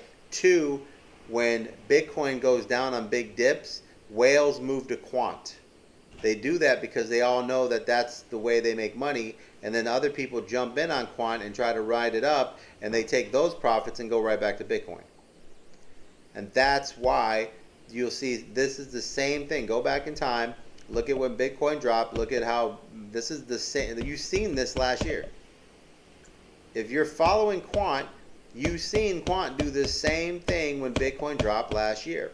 That's why you have to learn patterns. Everything is a mathematical equation based on a pattern, right? It's just like what I teach when I trade. It's a very simple process of trading, right? And then if you can put in information that you gathered over time and realize that they do certain things, then you can be ahead of the program, right? You can predict what's going to happen, right? When I see certain things happening, I know the odds or the percentages of the next thing to happen will happen, right? And if you just play the percentages, you don't have to be right 100% of the time. You just have to be in the right spot. Now, did I know that Bitcoin would go down from, I mean, I called Bitcoin on the $40,000 mark when everyone else told you I will be bullish when Bitcoin goes past 45,000, right? How many people told you that? Everybody, right? So Mm-hmm. when I told everyone it was right at 40,000, I said, "Listen guys, we're going straight up. We're going to $48,000 and then we will retest." Right? Now the Mm-hmm. resistance is 46, 45,000, right? That's the resistance. Now, even with all the news and this and that and this and that and that, we still went from what? 40 to 48,000, right? Where did we reject? 48,000. I said this on March 16th. Now, you have all this FUD, all this news, the EU, this, that, another. Now we're going to get a little more of a slide because of that, but the patterns are still the same. We will recover from this. We will go on a run. The next run will be 52 to 56, 53. 57,000. You know? Ye- Yes, I And, agree. and then from there, we're going to hit the resistance at 47.3 around there, and we're going right back down to the 46, 48 level. Okay? And that's where you're going to see. Then we're going to probably about 46. Then we're going to bounce back up and recover one more time to 53,000, 52,300, right? Then we're going to dump for the entire summer. And that will be the end. That will be May. That'll be the middle of May. And we are done for the middle of May. And then you guys can go shopping, do whatever you want. I short the market, so I will still be trading. And at the end of the day, when May 22nd comes, I will be going back on the longs because that's when they all come back and start buying the move. And then we can say, buy up Bitcoin on May 25th, May 3rd, whatever. And August 1st, you can buy all the Bitcoin you want because it's going right back to the moon. And that is a pattern. That's like, that's just the way it is. So that's kind of like, I don't even worry about that prediction. Like how, the thing is, like, people don't understand. Everyone goes on TikTok and tries to tell you what's going to happen, but they never give you an exact number. They never tell you what date. They never tell you any of that, right? I'm the only guy that ever throws a date. I'm the only guy that ever says a number. All right? I don't say, it's coming down. I mean, anyone can draw a channel and be like, the coin is going to go down this descending triangle, and at the end of it, it will either go up or down. And then when it does it, say, I told you. Who told you that it was going to do that at the end of that triangle? That's not predicting what the hell is going to happen, bro. I don't even need that. I told everyone, 40,000, Bitcoin's going up to 48,000, and it will reject, right? 2 weeks later, what the hell did it do? Exactly what I said it would do. No triangle, no anything, just because I understand what they need to do, right? The percentages of money that they want to make, right? E knows. I showed E to look at a chart and know how they make money, and now he looks at stuff and goes, "This is where it's going. This is where it's going. This is where," because it has to, because that's how they Mm-hmm. make money. Yeah. Right? From looking at it, the trends so long, you just start knowing the averages of profits they take before they dump. Exactly. And then they get, they let that FOMO kick in, and people see that they're dumping, so they'll dump a little bit, and then they'll start buying in because it looks like a pump, and then here comes another wave, and Yes. and then you start looking at it by percentages. If they either take like the 25 or 30%, and then it starts dumping after. So It's just numbers, man. It's just money, right? So that's why we have to, as we move forward, the thing is like, what do we do? The one thing is like all markets are manipulated, right? But now that we're starting to get this news, and that's why I said the news with Coinbase was kind of like, like they ran, like we're driving down the street, we're in our little crypto car, and they just ran into us with a rig, and we're just in shock.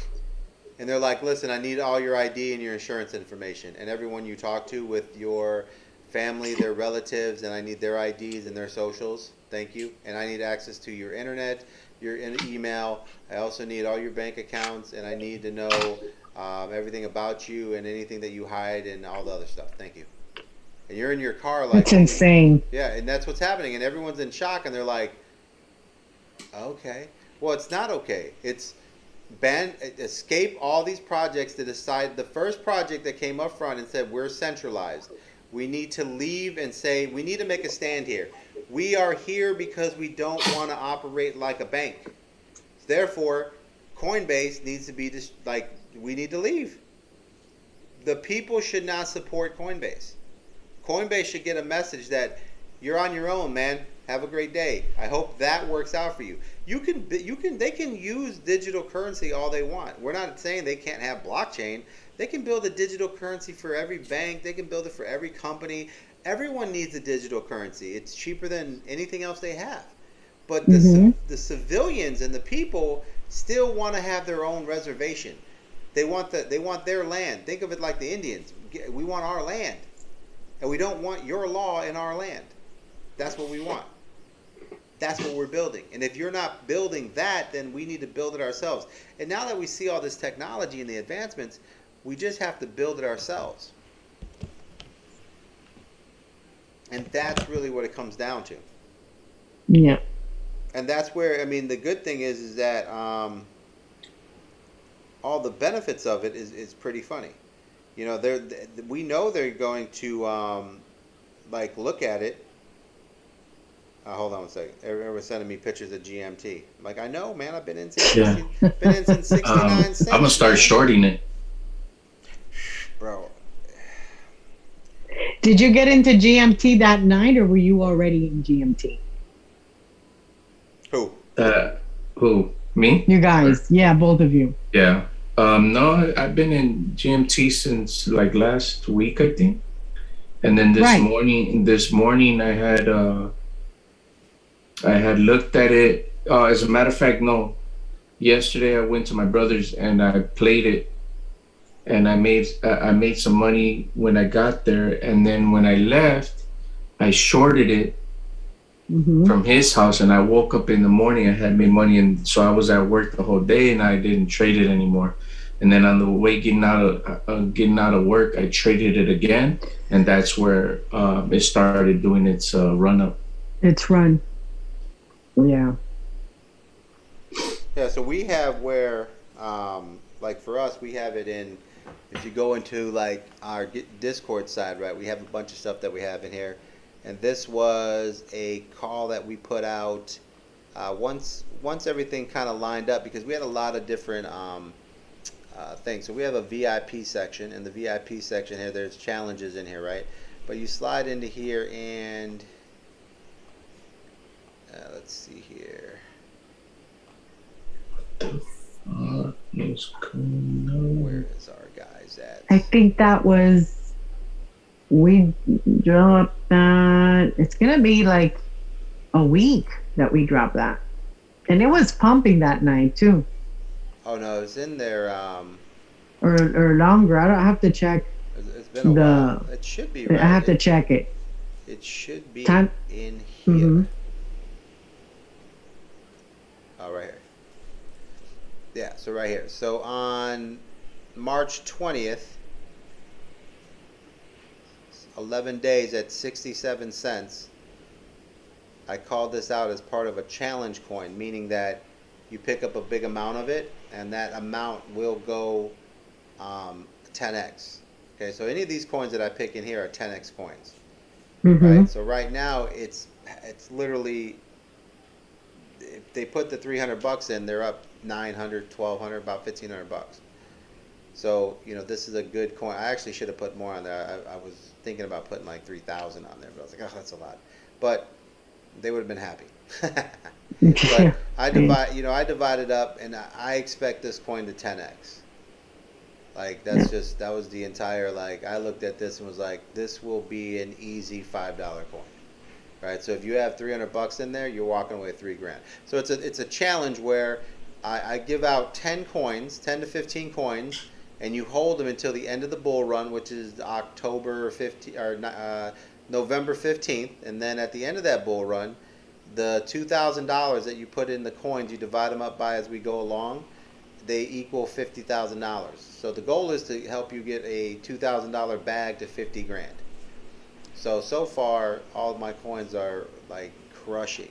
I gotta go back in there and look, but we got some big winners here. Look at Jasmine coin, 2.3, and we actually had it at 1 cent when we actually got in. I just moved it over to that one. But yeah, so I mean, I like Jasmine's actually going to do a lot more. Let me pull out a crystal ball. Funny. I like everything that coin has to offer. So the coin that's the GMT coin, I mean, there's just so much to it. I mean, it's an interesting concept. I like the fact that anything that innovates an avenue to the next level, because nobody knows how, it's very rare to find people who can look at a project, understand what it's trying to build, scale a project, create income to a project, bring money to a project, and move it along, right? So on my side, when I look at that project, I look at it like a great product for a shelf, and there's 100 different ways I can sell it, right? So to me, that's a solid project because I know I can sell that project, right? And that's kind of where we have to be as people. Like, if this company's creating something, right, can we sell it? I think that's your project, Moon. What do you think? I love that project. I mean, it's a triple threat. Like when I stumbled upon it by mistake. And when I was looking for something that had NFTs. I was looking for something that was Web3. I was looking for a play to earn. All of those things is what I was looking for. And when I found that, I told you that today. I'm like, is this like for real? Is it? I thought like it was too good to be true. Is this coin for real? Mega undervalued. People don't know about it. Very few people know about it. And if they do, they overlook it because there's so many other coins that they're focused on that they don't see the true potential of this coin. I mean, like this coin, I feel, and I'm saying it now, if it shoots to hell, it shoots to hell. I feel this coin is going to go through the roof. Like, I feel it's going to blow up. What coin? The GMT, the project, the coin, the NFTs, everything about that is going to go through the roof. And what's so funny is like when you're talking about it, I'm always like listening, and every time you're like, there's just words you say, and I always expect the word chupacabra to come out of your mouth. Why? I don't know. It's just when you say certain words, there's like you're like saying something, and I'm always like chupacabra. Like when you're killing me, man. You're killing me. Like when you're rolling R's or there's something about how you say your C's. I'm always like, my mind is like chupacabra. I'm like, oh, okay. It's my Spanish. I know. It's so funny. It comes out, and I'm just talking about words. You know how on the Discord you see a lot of people that ask, hey, can you chart? Can you show what's going on with this coin? I went on researching about bots VC, and I opened up my Discord, which I don't have anybody but my brother in there, to test and implement it. And I'm gonna show you. Host to say, oh, I can't share my screen. I wanted to show you to see if you're interested in putting it in your Discord so that the community can use it. Okay, yeah, let's get it. I mean, man. Let's see. I can't share my screen though. Sorry. There should be hold on. Let me see. Like, so up here. It says you disabled it. Yeah. Let me see here. Advanced multiple participants. There you go. Try that. All right. Cool. So. All right. Can you see my screen now? No. Let me figure out how I can see your screen. Yeah. Can you see that, Mo? No, I can. I see you, Kimberly. But do you see this? My mouse moving? No. No. Let me see if I can pull up the. Let me see. No share. I just see like your background, which is pretty now? dope. I was gonna say something. No, nothing's changed. How about now? No. How Negative. about now? Nope. How about now? No. How about now? Hold up. That's weird. Yeah, you It's should that pop it's that up. security, that cyber security you got kicking. Hold on. Multiple simultaneously. But Let where's me see. your like? I'll stop sharing. Yeah, there should be Now I don't a. share. How about now? How about now? How about now? No, nothing. I So ain't we'll have seen to figure nothing. that out on that side. But yeah, pulling up the a coin that here is that's getting ready to. So right now, guys, when you see these massive pullbacks, right? Um,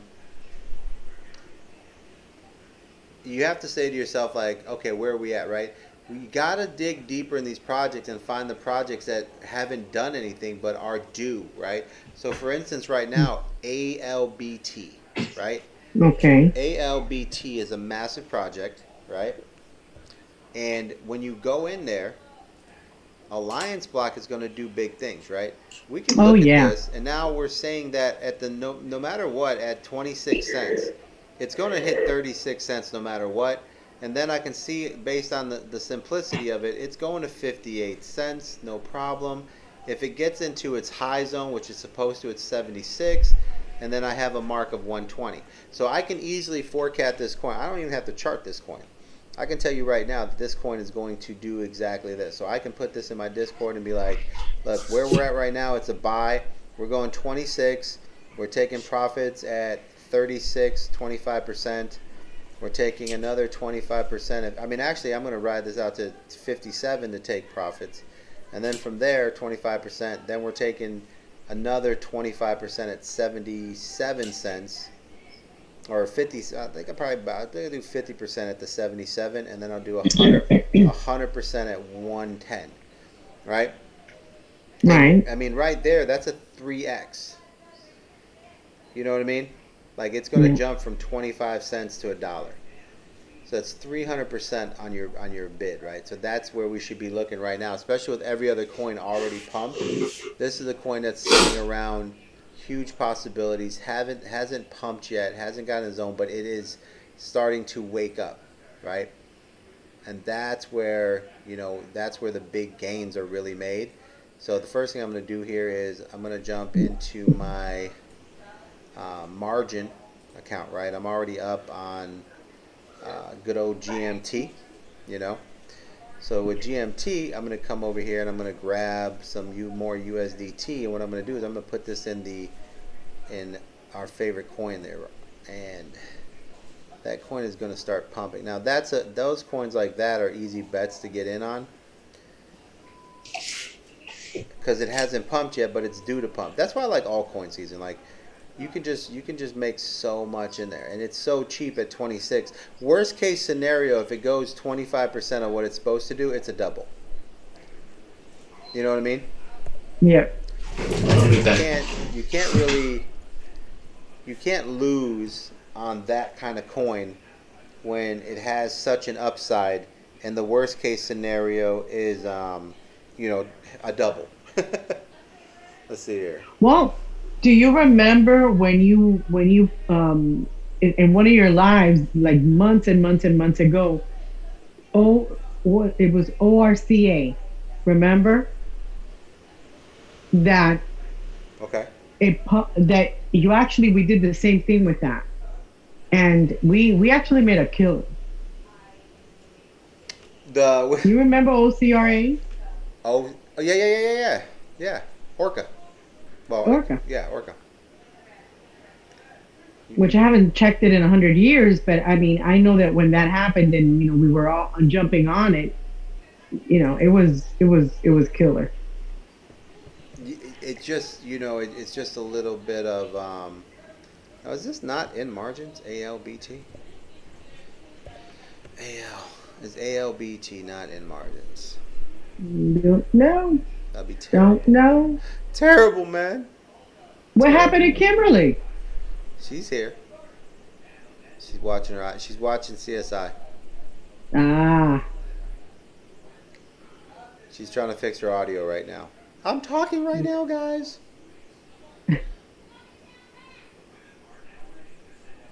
This coin right here, Perp. Let me take a look at Perp. Honestly, what's the so ticker? PERP. Okay. Perp. Perp. Perpendicular. Never heard of it. Perp. Yeah, Let me perp. see. Perp can do some runs. So right now it's at 490. It just came down from 550. Right. So if you took a look here, perpendicular. Perp. Perp. Perp. Perp. Let me see. Let me see what's going on with Perp.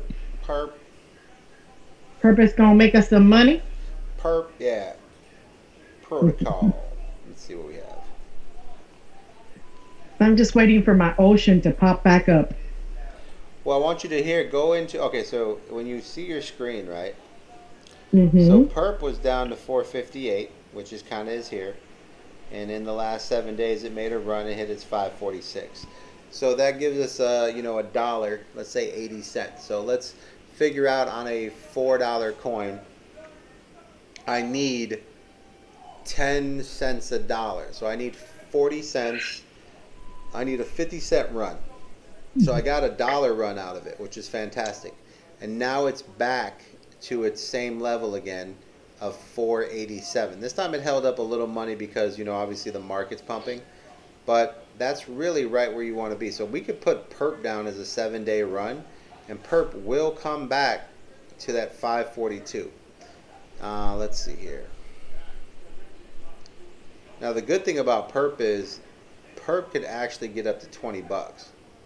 So for it to recover right back to its normal settings, it's pretty simple. So this is somewhere like this is where we need to develop a little more of a research team to go Mm-hmm. in, and when you have time, and kind of like we need someone on their medium, we need somebody in their things like what's coming up, is there a new project, what news is dropping, when are you going to say something. We need to call them up, get a hold of them. We need clarity, like what are you guys doing, I'm on it. right? I'm on it And right that, now. yeah, and that's where this is the part of it. So what the thing about it is, it's a perpetual protocol. It's created to make perpetual contracts trading platform that anyone can use. To do that, users need to be able to trade with good liquidity and low slippage. Perpetual protocol solves this by employing its VAAMM solution. The protocol doesn't follow the usual order book model of centralized exchanges. Instead, traders trade against a virtual automated market maker whose initially liquidity is set by the operator. For instance, assume the operator sets an VAAMS liquidity at 100 ETH to 40,000 versus the Dow, right? Which the dial is just a dollar coin.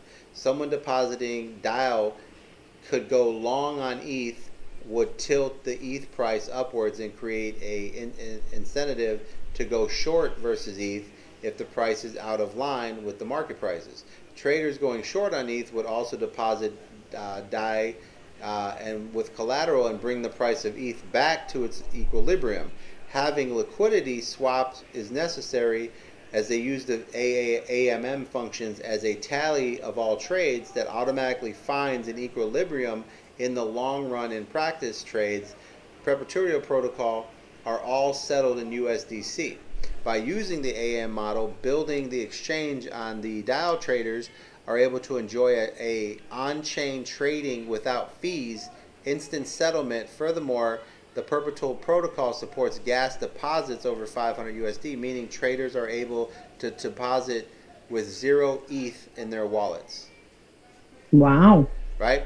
Huge opportunity, and this is where Wow. this is where you want to pull this up, go into their website, and see if we can get any type of like staking liquidity pools. You know what I mean? They do have staking because I was on there now, Yeah. and they did talk about staking and all of that. So that's definitely Yeah, I mean they got seed investors, 20% unblocked, strategic investors, team invest. They got all these extra like little things. But we need so what he has is he can go in and see if there's any like nodes that we can get into, any ways that we can add to bringing up more opportunities to make money on top of the platforms that are in there. mm-hmm. And then we run a test to see how much we can make. Now when I slide down, this is an important one because this is on Binance and Coinbase, right? this coin will go back to $15. So that's the difference here. Will this coin move and make me 10 to 15%, 20% over the next couple of days? Yes. Could it make me 100%? Yes. That's half of where it's going. So this is an easy coin that to put up and say, hey guys, VIP, put $1,000. I'm putting $1,000 in this. I'm selling it at $10. That's an easy double up.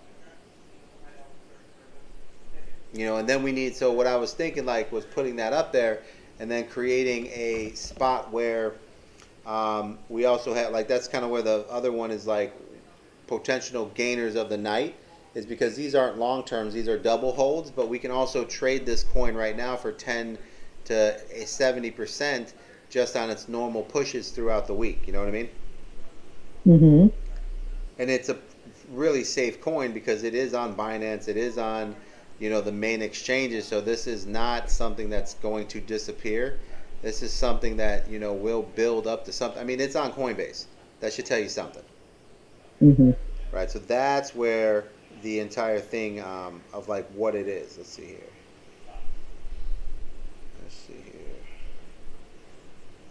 So let me see here. Sheesh. All right.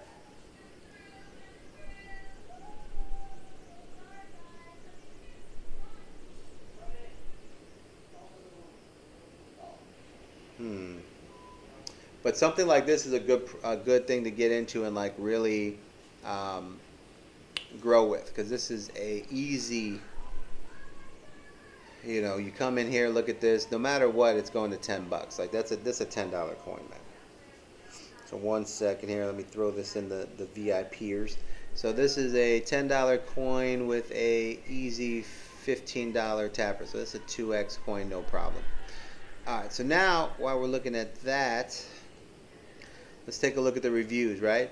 Everyone thinks it's 10 to 15. 10 to 15. GNS compared to Engine and Perp. Graph is best, fastest, and most accurate. Low fees on Matic, right?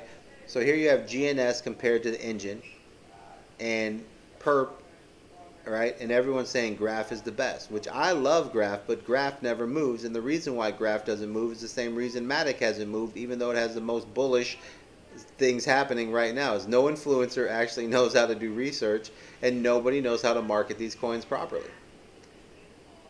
All right, Graph doesn't grow because Graph doesn't have anyone behind it. But Graph is some of the most, advanced technology in its space, but nobody actually knows that.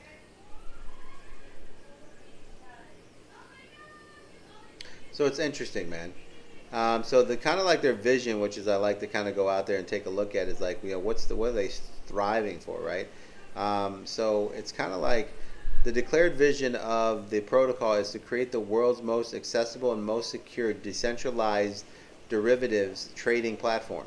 By building a DeFi project that's allowing projects to build on the protocol, the company embraces the DeFi money Lego ethos. After hitting a number of milestones in its roadmap, such as launching staking pools, implementing limit and stop orders, the protocol plans to expand to other chains and introduce leveraged tokens and launch dramatic liquidity in pools. Right? When it does that, right, we need to see where this is at. This needs to go on a list. So, Moon, make sure we follow up. We need to do a full research on this, an entire show on it. This coin is going to be big. And then you just kind of look here. The launches of this are basically cryptocurrency entrepreneurs had launched payroll and accounting companies, so they understand money. They teamed up, with a couple other capital companies, holdings companies, and Binance Labs, which is huge. Partners of FTX, and you know that they're not going anywhere. With their back, and we see with the stupid monkey coin what happens when you're with FTX. With the backing of the company, you closed with multi-capital led seed round, and they got 1.8 million back in 2020. So this is a really good project. We need to slip in there. And the thing I wanted to look was, I'm on their Twitter and just checking out their info and going on their website. Let's see.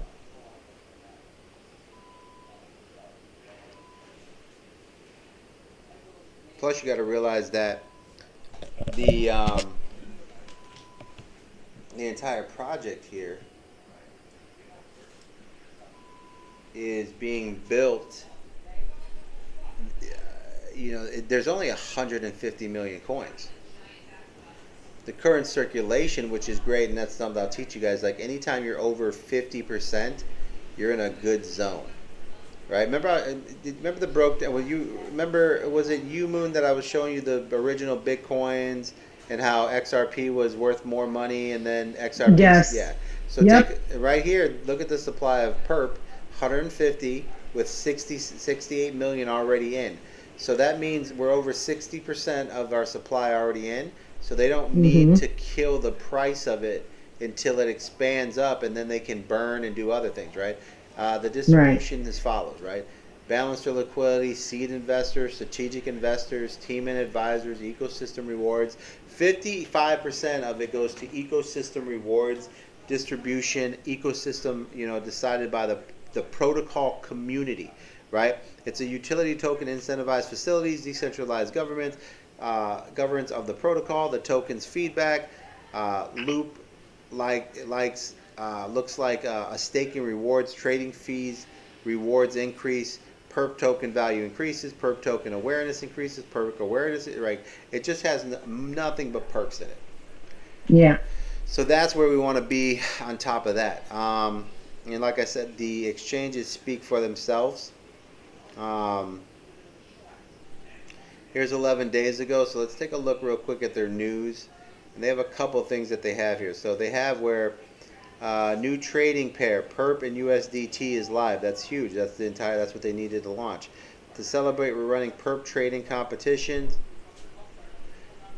Oh man, here. To celebrate, they're running competitions. Prize 5K in perp, 3 exclusive NFTs, 10 winners, top 3, 4 through 10th. So we need to open up this and take a look at this. And then Protocol has a long-served hub for building layers, trading deep, crossing everyone. Here, Protocol launch. The new trading pair, Flow's coming in here. So Flow Trading Labs, we're giving away $10,000 in perp. Flow has 10 winners. How to win: Bridge USD Ethereum to Flow blockchain. Now the weird thing about this is, let me open this article because this is going to take us to another connection of perp. Bitcoin perpetual traders seem to be the only ones unmoved by the digital assets' recent breakout. Bitcoin, which has tremendous rally during the first half of the week, had been able to break out of the slump of the low 40,000s and move upward trajectory to 47.5, and now everyone's kind of waiting for that pullback. So let's take a look here. I want to see when this trading world went off here. Competition, tables, here, top winners, celebrate, etc. Top prizes. Let's see here, sneak peek, trading market. Okay, so here, sneak peek. So let's take a sneak peek of it.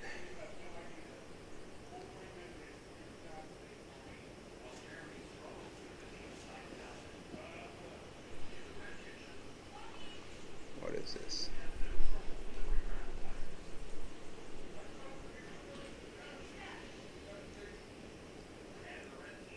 Oh, this starts tomorrow, bro. Perp Trader and Protocol. All traders of Perp market on Perp V2 that generated at least 5,000 in trading volume during the Perp trading competition from the 24th to the 30th. So that's what just ended. Can get this NFT. Want to get a future NFT drops? Follow our Twitter. Participate in our marketing. Right. So this is what they're trying to get right here. The crowd. They're hiring. You know that, right? They're trying to grow. That's what I mean. Like they're on fire right now. This is an easy $30 to $50 coin. Now, E, you know what I want to know is, what we need to dig into is what blockchain is this built on, and can it be part of the? Is it able to be like Polkadot or Atom and work on top of the multi-chain being built by Polygon? You know what I'm saying? Because that's key. If it can slide over there and be part of use that multi-chain without any issues, right? So if this is on Autumn, if this is part of Cosmos, if this is part of like Crypto.com, well, that's Cosmos or Polkadot or anything like that, and it can use a multi-chain, then this coin is safe to put serious, you know, investment into. So that's what knowing about crypto's advancements puts in your pocket, because then you can start just looking at the things you know will be developed in the next section, right? So that's kind of like the key. Now, what was funny here was that, you know, they kind of led us into this coin here, Flow. Now, I thought I put did I put Flow out there? I'm pretty sure I put. Yeah, you've talked about Flow before, absolutely. Now look at this. We have Flow USD perpetual launch. So new market Flow. Let's see. We are giving away 10,000 in perp and Flow to 10 winners. Bridge USDT Ethereum to Flow blockchain. Trade Flow on perp. This is crazy. So they're moving perp, like Flow to perp. This is big. 10 tickets max. Rules. Every $500 bridge from Ethereum, Flow gets 1 ticket. Every 5,000 Flow trades, perp gets 1 ticket. Max 10 tickets per task, max 20 tickets in total per wallet. Must be bridged through this WAP. The campaign runs from 1 week until March 17th, 2000, blah, blah, blah. Winners will be picked in a lucky draw. Get 500 in perp and 500 in Flow. Right, so like these stupid little, this is where, you know, when we start digging in and doing more research daily, these are things that, you know, we get people into early, and they could have literally just moved. All you had to do was put money in a wallet, and you could have won. You could have won $500 for holding $500. And Crazy, man. yeah, they were also doing a competition which your money went up by 30% while you were holding it in there. Right, so it's kind of it's pretty crazy when it comes down to all the things that they're offering out here. In the space, because, you know, like I said, this is all marketing. Like, this is all they're doing. I was just gonna say that it's the marketing department that's pumping it. Yeah. No, well, that's what I was telling you. Like, you know, coming in here and looking at all this, the next design or the next step to all this basically is building what what this place needs. You know, man, ALB is just looking massively bullish to me. Like, I'm just looking at this coin, and there's no way that it doesn't go to $1. Like, it's already pumping, guys. Hold on. So this is the coin. I love perp, and I would put a little in perp, but I would come back to perp just because I would want to see how the next 7 days react. You know, I put a little bit in there to see what happens. I don't know how much of the movement's going to keep it moving. I like the protocol where you can put in there a solid $12 coin, so you're going to get 3x on your money no matter what. Wow. But I want, I mean, you know what I mean, like easy, and that's an easy call. ALBT Alliance block, but Alliance block right here is already jumped from 26 to almost 28 cents, guys. That's a layer 1, right? I think so, yeah. This is the hot pick for the day. Alliance block, perp. Yeah, I think so. Yeah, Alliance block 100%. Alliance block that's an easy 3x on there. That's something that 27 cents. It's a winner. Now when we slide down here, I mean, look at this. It's already jumped from 21 cents. Like, this thing is about to tear. Like this, we should have saw, right? Because a Alliance block is a big coin. I mean, it's been sitting here for the last. You know, it did a pump here. Look how it 24 cents, and when it came back down to here, we should have ate this up. Like, man, there's no way that should be there. But that's because the money moves around. Remember, it never stays. It keeps pumping. It goes where the money is. And then once everyone realized how cheap it is and realized that the goal is to get it to this level, so 25 cents at an easy double is they're going to run it 50 to 75 cents. So they're going to pump this 3 times to get it to the $1. They're going to run 30% from the 21 cents, right? So what are we going to have at the 21 cents? We're going to have 3, 6. I mean, what are we at? 21 cents. So we need 3, 6 cents. Doubled up 12 cents. So we're going to get this to 33 cents. We're going to drop it down to 27 cents.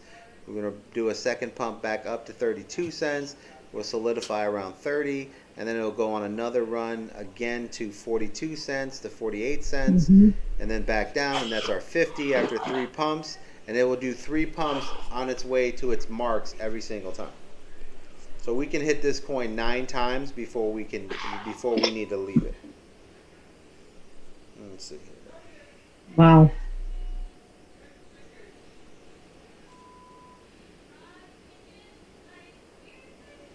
Let's see. It's amazing. Yeah. If you think about it, really. Yeah, it's great.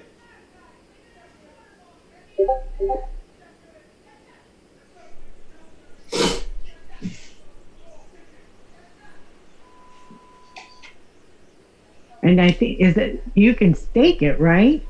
Or is that protocol? Find out. No, that's protocol. I mean, we don't know.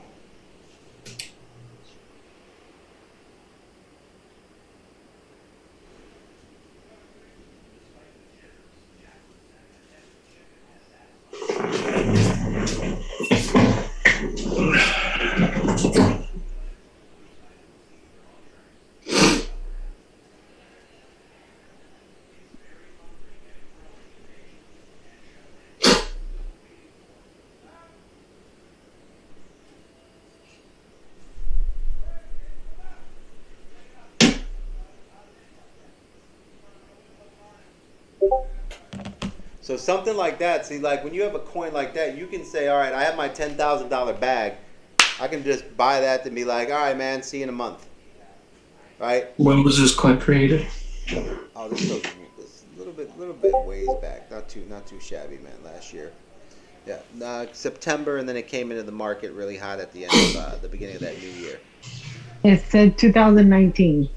2019, they bring it to the market and kind of like actually made it popular in 2020 in September, and it immediately jumped up to 81 cents.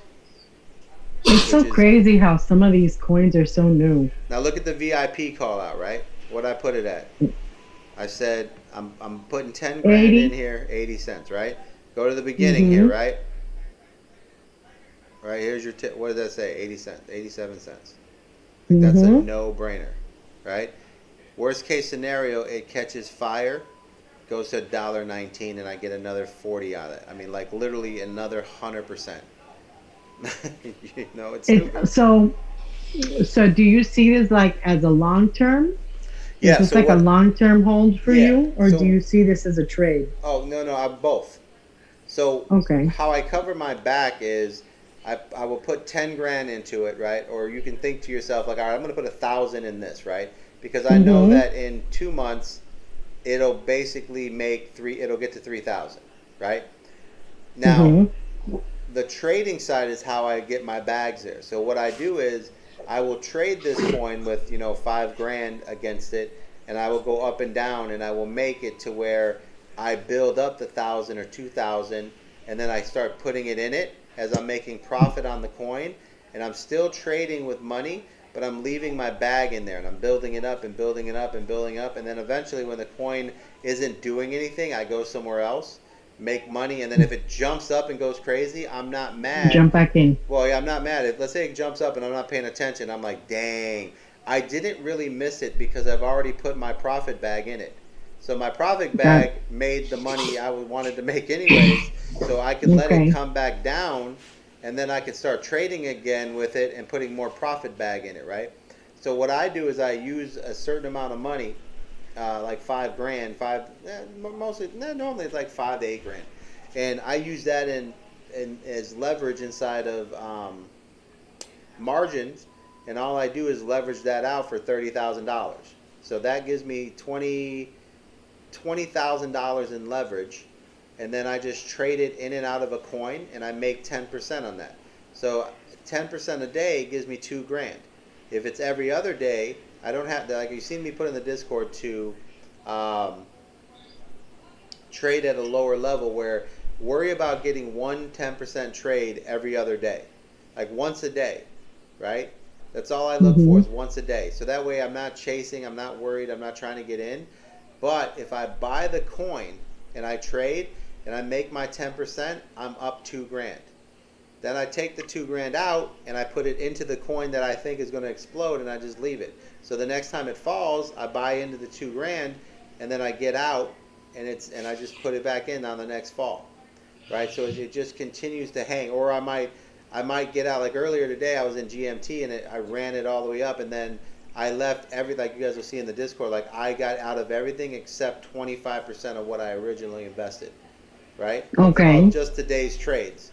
So I made 2,400, but I left 25% in, and it's already jumped up to two whatever. Like I mean, you know what I mean? Like I'm not even in the coin, but I'm in the coin. You know what I mean? Because that's the project I believe in. Like you know, I already told people like, man, I think this coin's easily going to $12. So for me, everything that I make profits, if I leave that little extra, I don't care if it goes all the way down. I'm not like, it isn't to me like I lost money.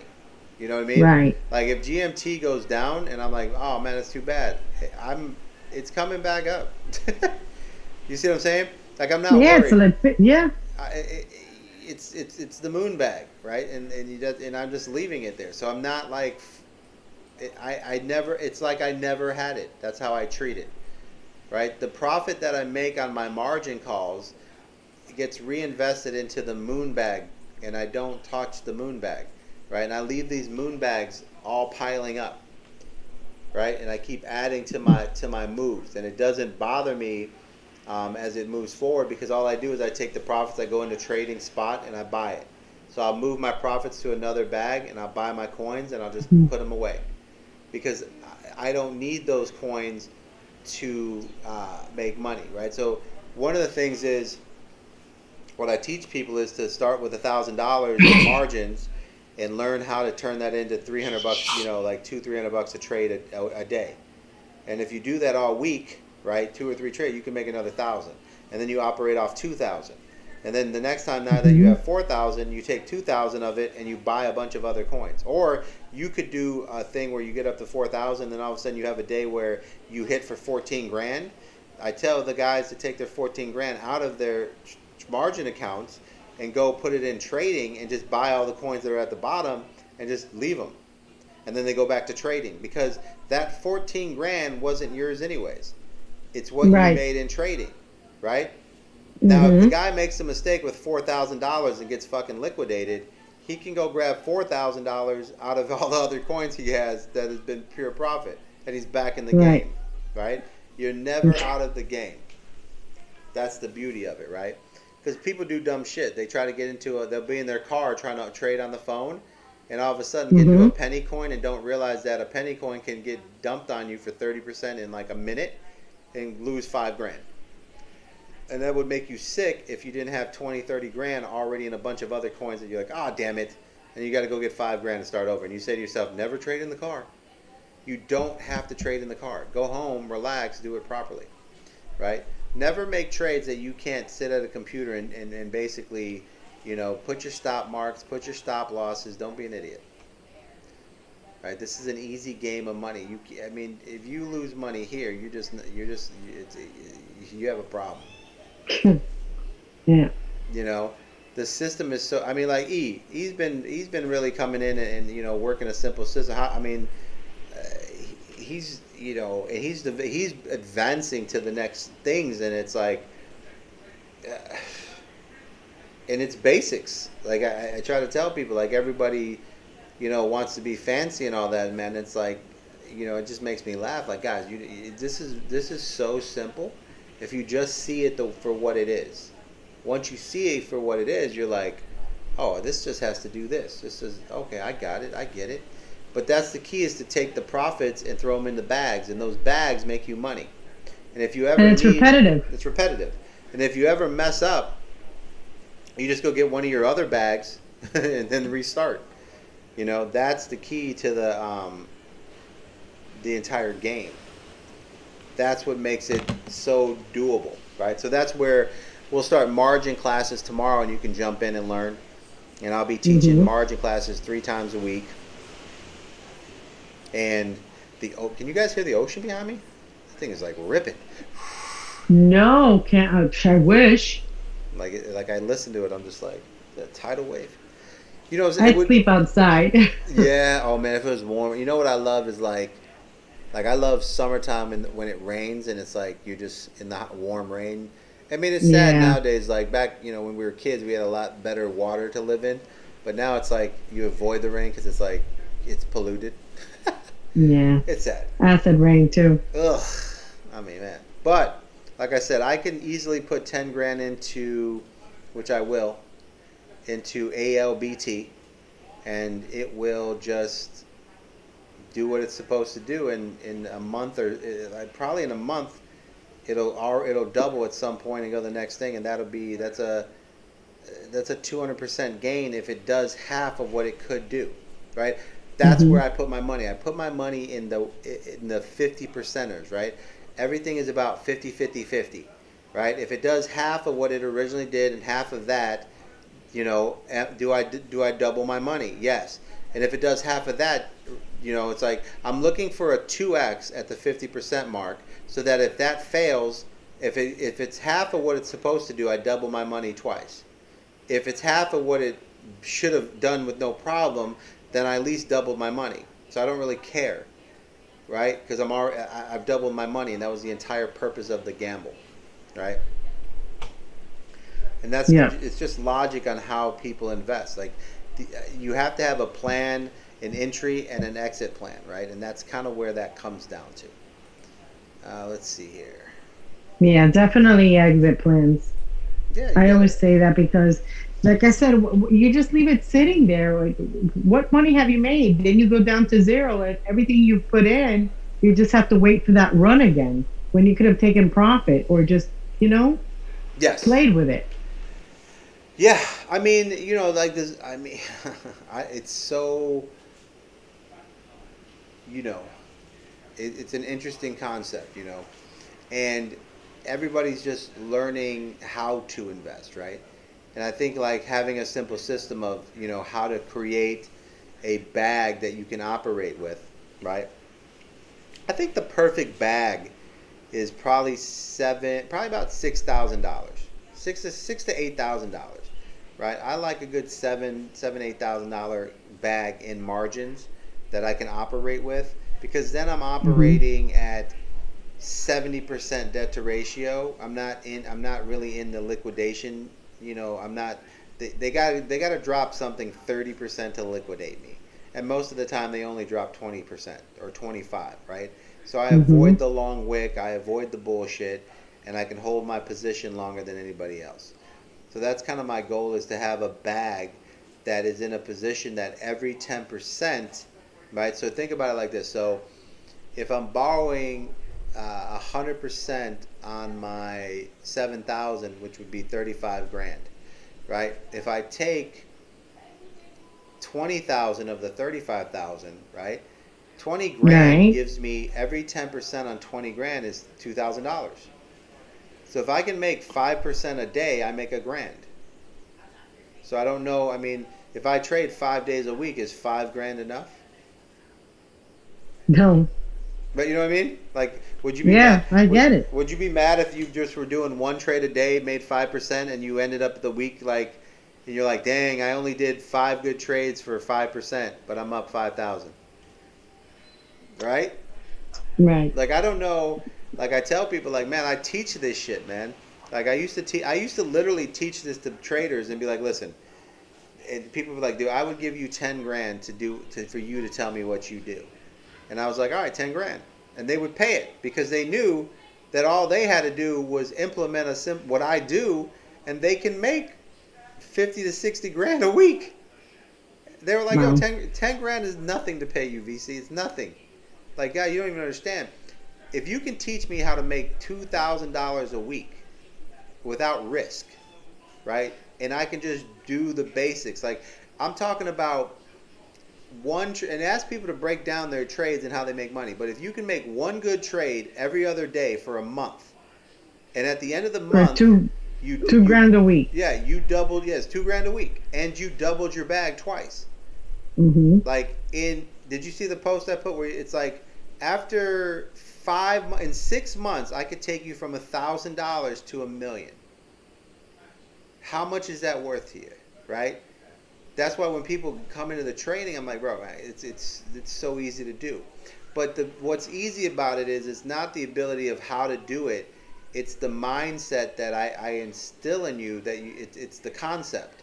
Right. It's structure and concept. It's just like when you run a business. Everyone can run a business. Everyone can open a door. Everyone can punch a clock. Everyone can do an interview. Everyone can run a newspaper ad. Everyone can get a product. Everyone can put it online.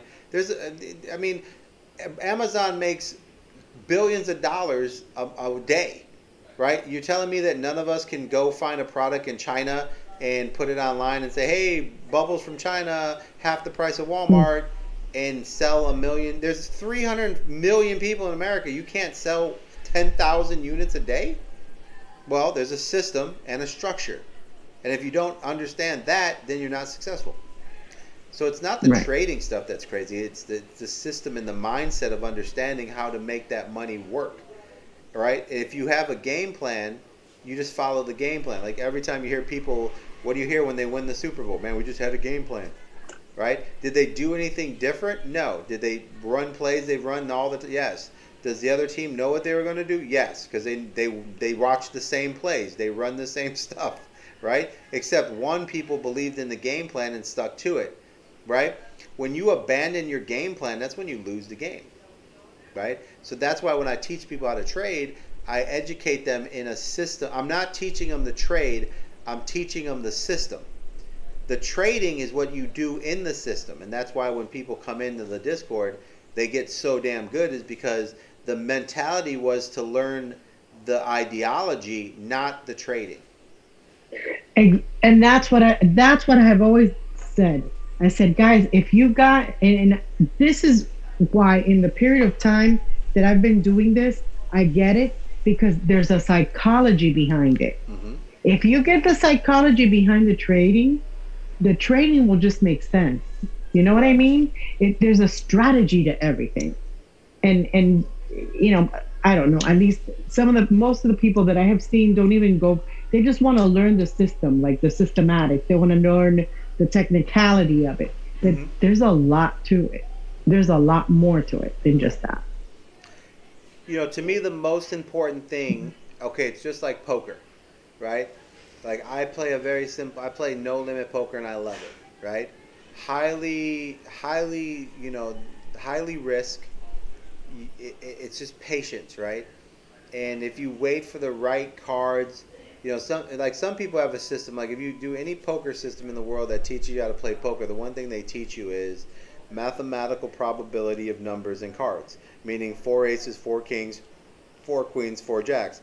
And if you see a certain amount of cards on the table and you have a certain card, you can mathematically say to yourself, the probability of my opponents having these cards are this. And then if your probability is better than theirs, then you bet more. Have the upper hand. You have the upper Exactly. hand.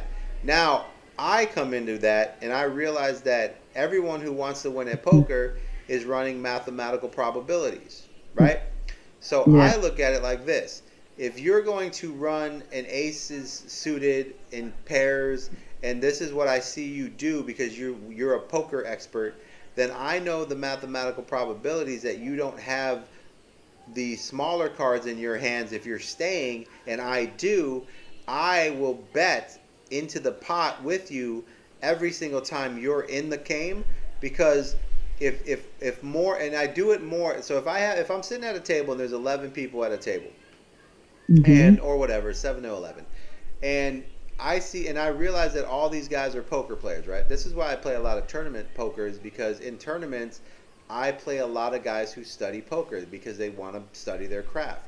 And I use the knowledge that they have in the way they play the game against them, because if 3 guys are in a pot, or 4 guys are in a flop, or 5 guys, 40 to 50% are in a flop, then I know this is what's happening.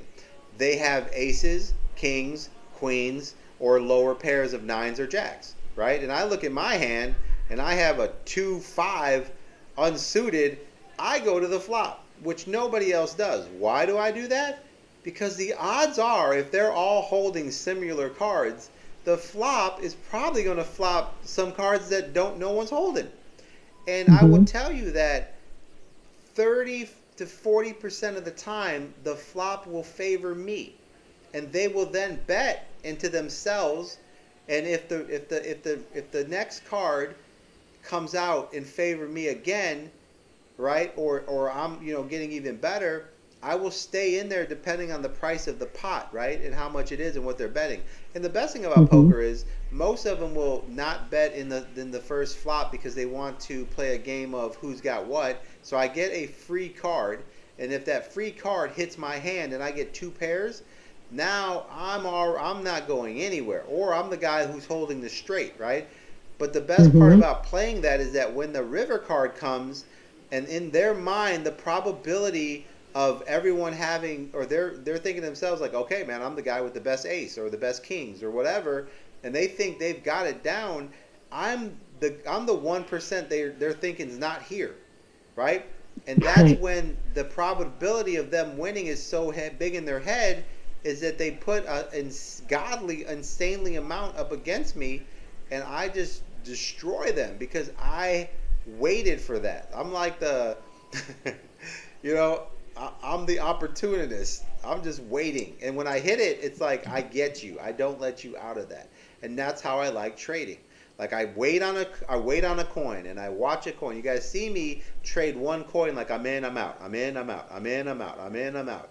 And then all of a sudden, it makes a move. And whether it's up or down, I'm in both positions. But I know it's sitting in somewhere, it's going to do something big, right?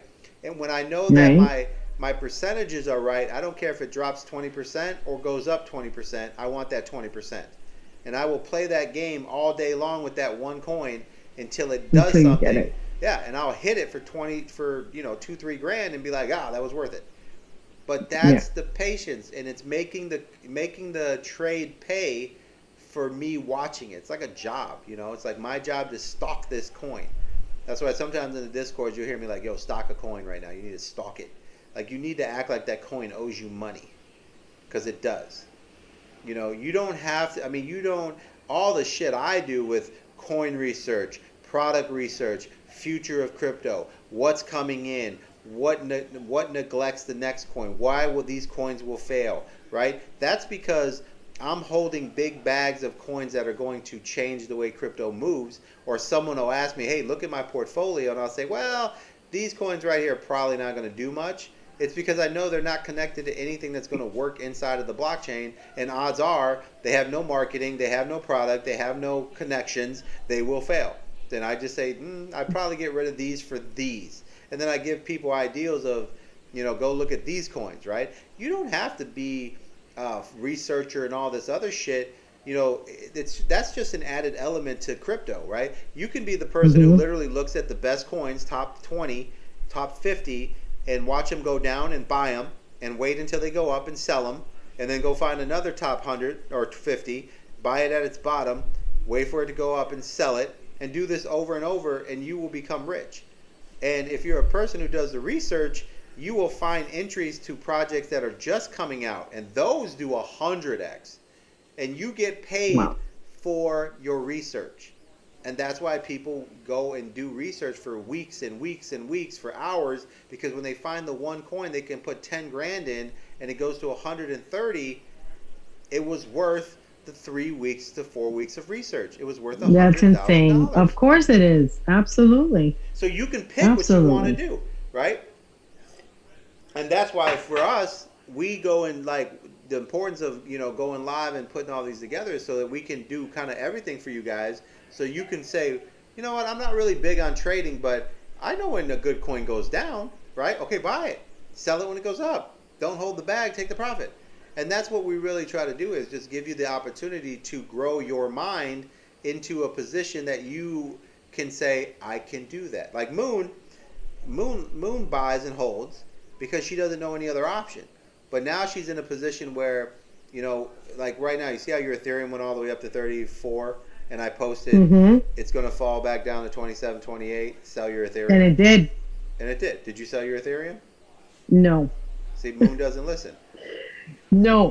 But I'll tell you why I didn't sell my Ethereum. I was going to sell my Ethereum, but I'm looking into an NFT. So, but but I get it. And see, that's the thing right there. I never thought that I was going to get into margins. I never thought that I was going to leverage. I never thought why, because the risk is so much higher. And when I got into this, I didn't want to run risks. I just wanted to invest. But watching what you guys are doing, I'm willing to jump and do it because I feel confident in what's going on because I'm seeing the results. But a lot of it, it's like people that don't take profit. You know what I mean? It's not that I Ethereum is one of those coins. It's not like if you would have told me that like we were trading, you would have said, "Hey, Moon, jump and let's do what you guys are doing with GMT." And even when you do what you're doing with Jasmine, right? It's different. With Ethereum, I've held it and I've been like, do I sell? When you said that, and I'm like, wow, but I'm looking into an NFT.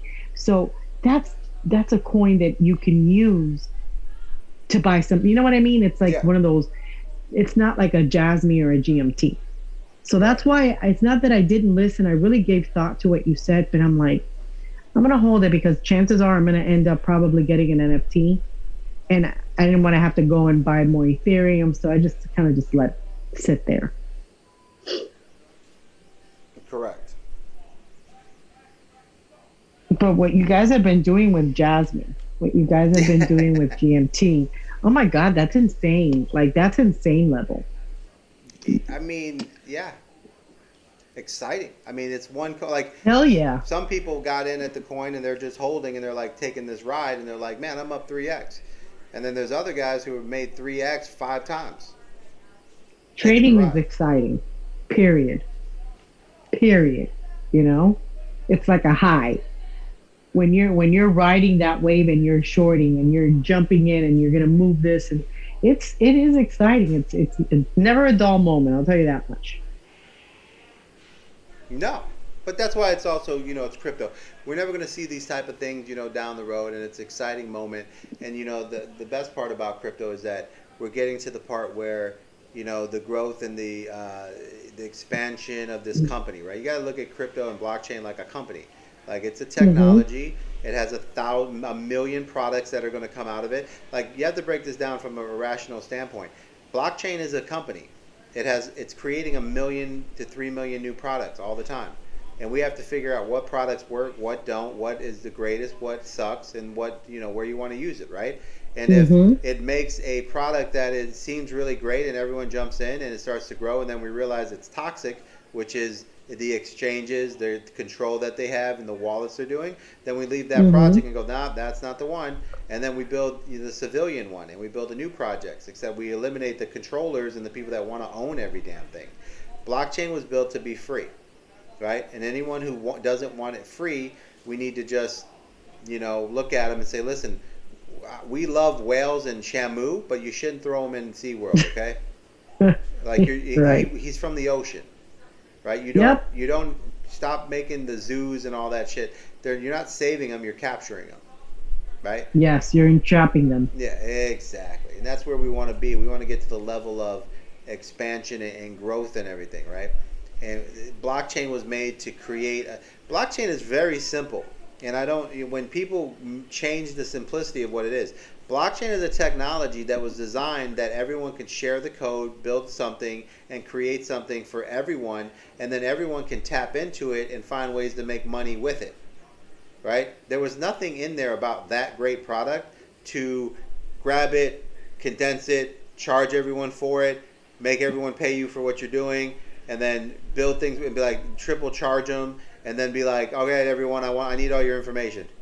Like it's green. Yeah, well, there was nobody agreed to that. All right, there should be. We need like a little thing. You ever see that sign? You walk outside, right, and you're going to the pool, right? And the best people in the world, when you climb up that ladder and you're in their backyard and you go to the pool and there's that sign that says, what's it say? I forget. It's like don't pee in the pool. Yeah, but there's like a saying to it, like there's like something that they always has something cool on it, right? I know what you're saying. I'm trying to figure out. It's something about we don't pee in your bathroom or something. Yeah, I don't know. We don't something pee like in your that. Pool, don't pee in our pool. right? There's just a rule, right? And we need a sign like that in crypto when you come here, like, hey guys, blockchain technology was made to be free, shared, and given to everyone. Do not pee in our pool, right? Yeah. Don't shit where we eat. Like, don't come in here and try to steal the shit and act like you're doing anyone a favor. And we need that sign. Like, we will boycott you, leave your project, and pretty much, just shit all over you, and that's it. That's the entire thing. But that's where we're at with it, man. That don't pee in our pool, bro. And Coinbase is trying to piss in our pool. Yeah, I haven't used Coinbase in I'm a seeing hot that minute. yellow ring. It's floating all around them, man. That green ring. Like you ever notice they put that in the pool, and when you pee in it, like it follows the person who peed in it? Like that's a matter of fact. I'm gonna pull that up, and I'm gonna make a photo that says Coinbase on it, because that's who they are. They're peeing in our pool, and we cannot let them get away with it. I mean, insane. Let's see the ring around a person that peed in pool. These are always the best. Let me find one. Yeah, right here. See this guy? This is the best. Do you see the screen? Let's see. Check it out. Yes. That's great. Yo, Coinbase. And it's even blue. Like, this is perfect. Like, that's the way it goes. Like, guys, don't pee in the pool. Like, nobody wants that. It's been insane. Yeah, I just love and those. Unfortunately, those sounds are awesome. It's coming. All this regulation, all this garbage is coming. Is it I mean, like I said, I hope that we keep pushing, and I hope that we don't allow them to do what they're doing now. But I think, unfortunately, to some degree, it's inevitable.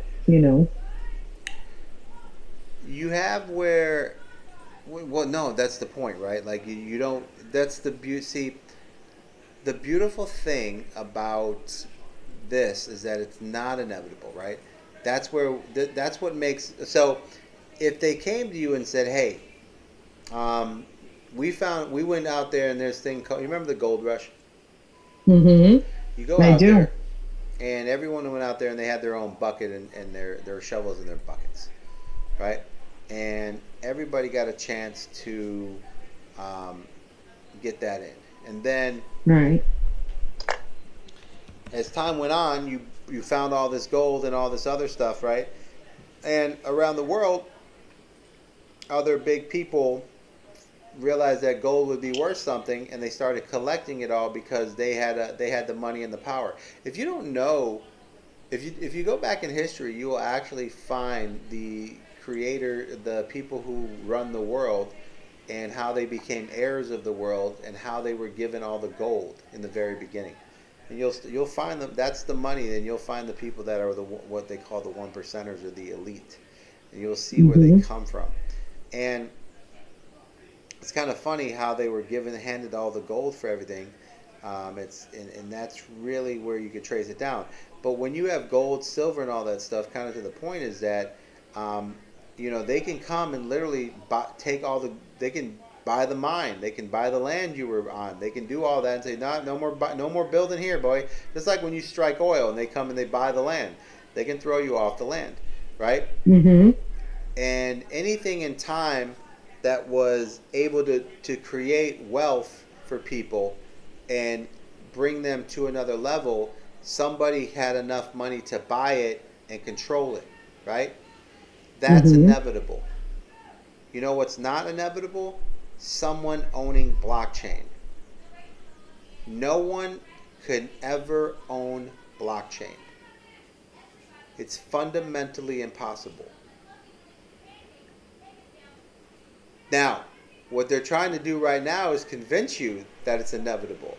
That, every exchange is doing it. And we're all like, dang, right? Why are we buying the coins? Why are we using the exchange? First thing we do is get rid of the exchange. And then if coins are like, hey, we need that, then we get rid of them coins, right? And we keep moving our investment to the coins that are built to build a decentralized option for us, because there is a world inside of all that's happening here is you're taking your money out of the virtual world, the undigital world, you're putting it into a digital world, and you're buying things that make money in the digital world, like music, right? If an artist sings a song and you buy the song with your digital coin, and that person wants that money, and you're like, well, I won't buy your CD unless it's in the digital world. That person has to come to you to get your digital coin, and then they have to take your digital coin and trade it for whatever they want to get $1. But that's not our problem. But if they want your business, they have to come to you, right? Don't forget, Chevy was out of business until the Latinos started buying it. Okay? Nike was out of business until Jordan put on the shoes. Okay? All these companies don't survive when the people don't buy their crap. Of course not. So if we're over here going, hey man, I only buy shit with toothpicks, right? And they're like, shit, toothpicks is worthless. Well, that's how we trade. What do you think they're going to do? They're going to take toothpicks. Because if they got a bunch of products that they can't sell because we don't give a shit, and some guy down there, so if I go to get milk at Walmart, right, if we all decided tomorrow, I'm going to get milk at Walmart and I'm using Dogecoin, and we all walk into Walmart and say, hey, you got milk for Doge? And they say no. And we say, well, we're not buying any food, we're not buying anything in Walmart unless you take Doge. And all of a sudden, you got millions of people going, you take Doge? And they say no. And we walk out. And we go down the street to mom and pops. And they're like, we take Doge. And we only shop at the places that take Doge. Guess what? Walmart will fucking take Doge. Oh, yeah. Right? You see what I'm saying? Yep. We are the beast in this. This is like the giant fucking elephant walking around the jungle, and the mouse is telling us what to do. Right?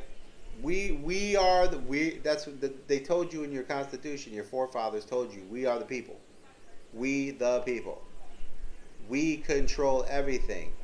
Don't let them tell you. A lot of people get it twisted when they think the Second Amendment was for you to bear arms to protect your house. No, the Second Amendment was put in place by your forefathers to simply do one thing: to remove any government or entity or politician that overstepped his boundary and tried to bring tyranny upon the people.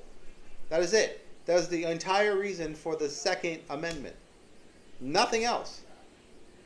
Because they knew that money and greed changes people. They predicted this future because they came from this future. This is why they left. Right? We already went to crypto. We left UK. We came to America. This is the first crypto was America. And they came over here and tried to get into the game. And they were like, oh, yeah, we'll give you some money. We'll buy some land. And then back in that time, they sent their navy and said, we'll just kill you. And people were like, man, we're going to have to kill us because we're not using a dollar. And they allowed them to build up a nation of crypto world over here. And they were like, well, give us something or we'll kill you. And they were like, all right, we'll give you something. And they negotiated. But now it's the revolution again. And this time, we don't give a shit about your navy. And we're not using your fucking dollar. Right? You guys pay attention to how brilliant Putin is. Okay? This thing is being played on both sides of a chessboard that is unbelievable. They went at him, and the entire thing was to take him off SWIFT, kill the dollar, stop all his money from going in there, and making the Roblos go to zero, right? This dude turned around and said, oh, okay, you think you won. That's great. Listen, if anyone wants gas, you have to buy it in Roblos. The Russian dollar went to zero, and it's at 82 cents. You could have made 80 times your money by buying the Russian dollar 2 weeks ago. You could have put $1,000. You could have put 10 grand into you could have bought 10 grand of Russian dollars, and you'd have $820,000 today. You'd be a millionaire in a week. Do you see what I'm saying? Yeah. Like, pay attention to the game that's being played. They're using the dollar to strangle the world, and the world has realized, fuck the dollar, because you're enslaving people with your dollar. Where is humanity if you're enslaving people with a dollar?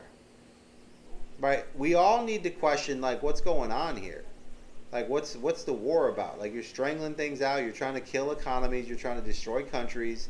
Like at some point, I don't think there's any Americans that were like, yeah, I want let's take over Russia. I mean, nobody. If I wanted to go to Russia, I'd order an Airbnb and fly the fuck over there. Right? Yeah. The world is free. Let it go. And this is what we all need to stand for. Free world. No more military attacks, no more bullshit. Free world. And if somebody does some shit, like we don't want the military involved. If somebody does some shit, we need to look at it, have it looked at from 7 different countries. Non-military people, right? We need like biased people to go out there, research the evidence, and then come back and say this is what happened. And then we make a decision. Because the people need to make the decisions, not the governments.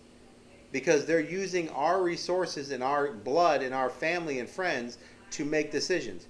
The people should be the one who decide to send their friends and family to war and their blood and what it is, not a government. The government shouldn't wield the power of the people to do their bidding. They're what are we fucking in? This is the Empire? Are we in Star Wars in this motherfucker? We need to step up our game and understand that people need to start realizing we make the decisions, right? And that's what makes blockchain so great. It doesn't matter what they do; they can't own blockchain. Blockchain is freedom. That's it. It's the only blockchain's the technology that no matter what happens, it's like the tree of Eden, right? It gives it's the tree of life. It really is. It doesn't matter every time they make something on it and it's terrible. We can go and go, nah, we'd rather you're growing we don't want that apple, we're going to grow an orange. And we take the tree of life and we go grow orange. It's like the entity that blesses you with whatever you want. It's not a coin, it's not a music, it's not a photo, it's not a dollar, it's not currency, it's not a barter system, it's not a copyright, it's everything. It's a source, exactly. It's you know what I'm saying? It's a source. It is what you want it and need it to be. And it has no end. And that's why it can't be stopped, and that's why they hate it. They're trying to convince you that they control it, right? So if we all left Coinbase and said, hey, we're not giving up our information, and we took our coins and sold all the coins that are on Coin, like who wanted that information, we just sold them and said, we're out. And we bought a different digital coin, right? And we were bartering with each other. And we knew by the natural design of the coin, the price of it, just like a dollar, because it goes up and down on charts based on, how many coins, how much money, how much market cap. And we were trading that coin back and forth. We could buy music, NFTs from each other, art from each other. We can order tickets from each other. And then if Amazon doesn't want to take our coin, then we shop somewhere else. And if Walmart doesn't take our coin, we shop somewhere else. And guess what? People will create businesses to sell you shit, and we will find new places, right? Don't think that all the stores on Amazon are owned by Amazon. If we said we're not buying any more stuff from Amazon if you don't take our Dogecoin, guess what? All the people on Amazon will be like, here, man, here's our main website. We'll take Doge. And they'll leave Amazon. Mm-hmm. And all of a sudden, you'll realize that people run the fucking world.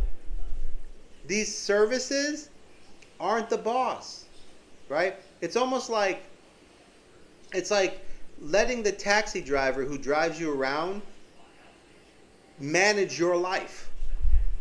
It's like, no, you're my Uber. You're not my. That's what Amazon is. Imagine Amazon, right? You hop in an Uber, and then he runs your life for the rest of it. When people put their product on Amazon, they're putting their product on there, bringing all their people there, and they just use Amazon to ship the shit. But then Amazon's like, we own you. Like, imagine you hopping in an Uber and you're owned. And people have just become complacent. Hijacked. That's what happens. You know what I mean? Exactly. Because it's easier. It's easy. It's easier to do that. It's easy. It has such a high price, and yet people still relinquish their freedom or relinquish their, it's like they don't fight for it anymore. It's like, they sell out because it's easy. They sell out for just enough. Everyone, see, people don't realize this. Everyone has a price, and you've allowed them to find it. And you need to say to yourself, you know what? My price is higher, right? Because if everybody would have been like, well, I don't want to pay Amazon all that money. I'm going to go to fucking Yahoo, or I'm just going to build a website and run my own damn marketing. You know what I mean? Then you'd have 100 Amazons, right? But the thing is, guys, what happens is you didn't realize that Amazon thought that you would do that, and that's why they have the AWS. And if you tried to do it, you know what they did? They throttled your website. And if you built a better website, you know what they did? They blocked your followers. And if you did all that, they took down your website. They sabotaged you just like Microsoft put all the equipment in the computers while they were pre-built, and everyone said, oh, that's okay. No, it's a monopoly. And guess where we're at? We got the same guy who they let build a monopoly tell you he's a doctor. Wake up. The odds of that happening, 0. The guy that created the very first monopoly on the greatest technology at that current time, which was the internet and the expansion of computers, they gave him a monopoly so he could make all the money, billions and billions, and then they used that, and then all of a sudden, he's the guy who owns all the pharmaceutical companies, and he's the guy who donates all the money, who creates all these things, and goes around creating vaccines to kill people, and then he's your doctor. If you guys don't see, if you don't see how that all happened, I know a lot of lucky people, man. We all know some good people, but that's a hell of a story, man. Like, yeah. If anybody watches what a monopoly is, that was a monopoly. He should have never, Dr. Gates, he should have never been able to actually put his software in a computer. Everyone who bought a computer should have had a choice of buying that or any of the other softwares. Handing him 100% of all the profits for the last fucking 20 years on the computers, disgusting, right? And everyone who voted that in, we should hold them accountable for breaking the law. That's a monopoly. We have laws, right? And just because they sit on the Senate and then they don't follow the law, that's breaking the law. They should be arrested for that. Right? We don't hold them accountable because we go about our way. Right? And that's really what the problem is. But we have to say to ourselves, why didn't they hold him accountable? Well, you couldn't have predicted that 20, 30 years, 40 years later, he'd be the guy, 20 years later, he'd be the guy that is connected to all these elite people who are all trying to run the world, who's part of a world fucking forum, who's buying up all your land, getting rid of your farmers, trying to sell you food. Did you know? Let me show you something. I don't know if you guys, you have to wake up and say to yourself, check this out. Ready? This is going to blow your mind. I know he bought a ton of farmland, like a ton of farmland.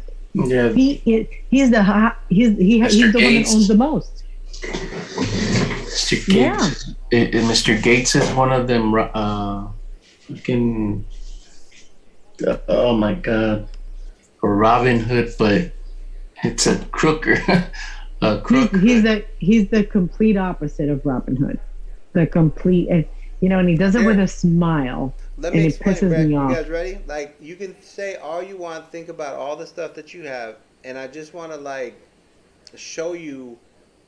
It doesn't, no matter where you're from, at some point you can look at all the meat they're creating, fake meat and all this stuff. At some point you have to say to yourself, well, it's adoption, it's technology, it's blah blah blah, right?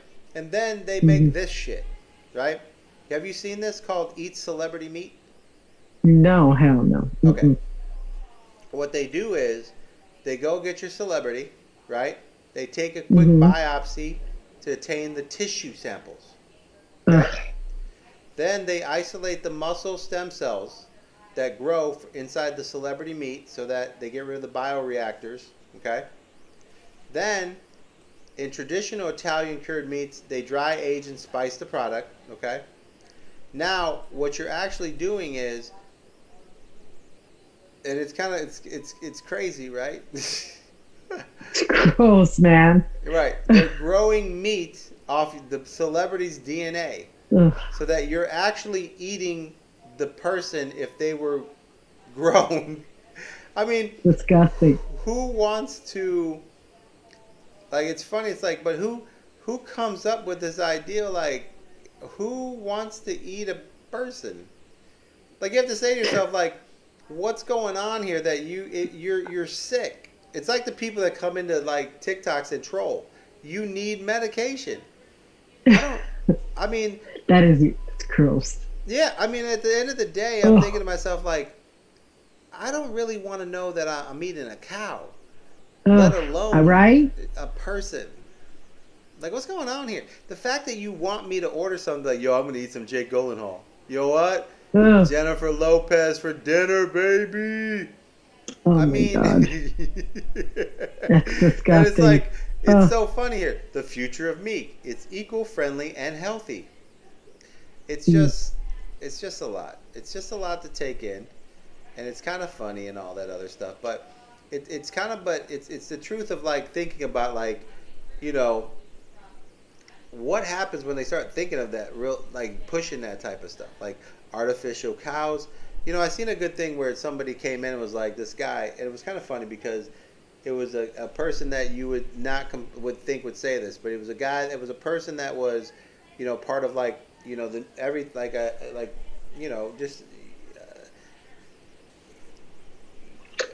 a person that you would look at and be like, all right, he wouldn't say that, but he's over eating. He pulls up a steak and says, listen, I don't know about all you vegans out there and all this shit about the world and the atmosphere, or the, you know, all this climate control shit, but if I have to eat dog food to have a climate better world, then just let the world end.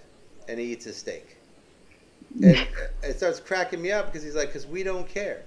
And I was like thinking to myself, like, it really is an agenda to get you to eat their modified meat. And if they have a reason for you to eat the modified meat, there's probably money in it, and they don't care that it's real or not. They just want your money. They just keep creating ways to, if they don't own, like, if you pay attention who owns these companies, they're trying to create an alternative product for every product that exists. So you know, like they take Walmart and stick it in your neighborhood, and then Walmart sells mm-hmm. everything the mom and pop sells, and then every store closes, right? Shuts down neighborhoods. Right. Now that they've succeeded in shutting down all the mom and pops, if you have any other business in the world like Amazon, Amazon will take your product. So Moon has Moon Bag, right? A fine Mm-hmm. Italian leather from a special place with an interior bag that comes from the mountains with the only place you can get the sheep wool from, and it has zippers that like literally are like, you know, high level Versace, like everything in the world where it's like smooth and it's like this amazing leather bag, and you're like, yo, that's the shit. And she has taken the Mm-hmm. time to find the right pockets, how to wear it, where it goes, all the clips, everything, right? And it goes on Amazon, and it's the biggest seller on Amazon. Amazon comes along, and basically what they do is they take the product and they not, I mean, the balls of them, right? They don't even hide the shit. They come in, take your bag, exactly recreate it, every pocket, everything about it, use cheaper zippers, not the same wool, and then put a product. So when people Google Moon's bag, they put their product on top twice, your product on the bottom, and their product is half your price, right? And people are Yeah. like, "Oh, here's this is," and it says exactly the same as Moon's bag, but half the price. And then people are like, "Oh shit!" And now all your customers are buying the Amazon bag, and the person who created the product then ends up losing their money, and Amazon makes their money. They do this to every one of their products. They're Mm-hmm. replacing you with what they want, just like Walmart replaced the mom and pops, and now they're taking all the farmers out and creating an alternative meat, food, and everything. And then at the end of it, you're going to have the goal, which is one company owning the world, right? I don't know if you know, but you can Google what companies own every company, and they own a shitload. Like, it's unbelievable that they own over 3,000 types of products. Like, you're paying one person, and it just goes to one person that goes to one. They are trying. You have to boycott them out. That's why this is why God gave you blockchain. It's because they cannot own it. And we can create anything we want and trade and barter and go back to the very first system that was ever created, God's money. You know what God's money was? Hey man, you need Gold. help? I got you. Boom. Great. You know what? I don't have much, but I have this. Great, I'll take whatever. And you walk off and you did a good favor and you end up with a peach or maybe a loaf of fucking bread. Right? Right. That's it. Yeah. And now we have a blockchain that says, well, nowadays you probably don't want a loaf of bread, but why don't you make a humanity token and you guys all get into one token and then you can just barter with each other and just dump all your money into that. If all the people dump their money into one token, it would be the most biggest token out there and every other token will go to zero. Imagine a $2 trillion market where 1.5 trillion of it all went to one coin. And that's all we used. The world would become rich overnight. And every other company would be like, hey, use our coin. And be like, nope. Why don't you use our coin? And they either buy into our coin or they don't. And we win. It's the beauty of it. That's it. But let's wrap it up, man. I mean, I had a good night. I think everything kind of went in there. What'd you pick up tonight, Moon? I'm gonna start leveraging. That's what I picked up. I've been missing out because I've just been holding, but the Polygon I'm definitely gonna look into, and I am into PREP. Yeah. I've got it down, so I'm definitely gonna research them tomorrow because I like a lot of what they're standing for, and I think that both these two coins, both Polygon we already invest in and whatnot, but the PREP, basically the protocol, perpetual. It's perpetual protocol. I think it's got really, really good potential, and I think it's going to be one of those that you can actually have a long-term hold and invest, even if you trade to make. But I think there's a lot more to it that that you can work with. So I'm really going to jump in on that tomorrow and take a look at it. Yeah, there's a lot of good projects out there, and then just seeing how it all connects the dots. So that's kind of where the key is. So what we're going to do is, like, as we move forward, is getting into the abilities to really take advantage of the crypto markets and everything it offers, from the leveraging to this to staking, and then just start separating ourselves from the profitable things, and then move from there. Exactly. Yeah, it's good to pick up knowledge every day. I mean, what I want, in a month, I want to, we'll go back and we'll recap Moon's month. And, it's going to be interesting to kind of see where we should have done a before and after, the 30-day recap, right? But we still can. Yeah. We still can. The crypto is definitely not for the lazy. And crypto is something that you've got to be learning every day, and you've got to be researching every day. And you're not going to just pick it up by picking it up. You got to jump in and really start to dig and look, because crypto is fast, man. It's fast, and that's what's so cool and exciting about it. So I'm jumping into that tomorrow. Yeah, the technology it's worse than a cell phone. I mean, it's literally there's a new cell phone every day, and you have to decide if you want the app or not, right? So it's just growing into that, So I'm excited. So now that we kind of now that we're kind of getting the underneath of it all, I mean, I think as we move forward, this is going down on our first week of doing the introduction to just our live chat every week. And I think the growth, what I get out of it is the growth of where you're at. It's great to watch you come from, okay, I just bought my first ETH and it was just because I needed an NFT. And now to have where you've done research on a lot of projects, but now you know how, but you didn't capitalize on the project. Now you're like, no, I could really be capitalizing on these projects, right? So you're learning that your research and your time and your effort is actually valuable inside of crypto. There's a million ways to get paid, right? Just like GMT, you put a sneaker on, you get paid to walk around.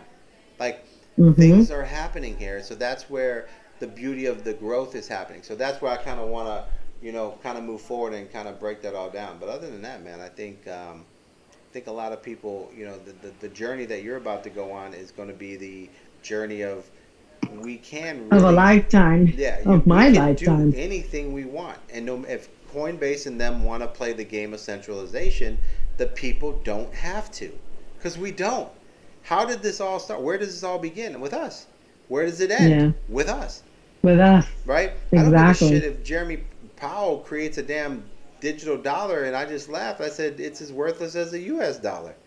Like, Hmm. I just need to go. I just need to know who takes Doge, and I'm in. It's true. It's true. Like, hey, Yeah. you take this other coins? I do. Why? They got money. Yes. That's it.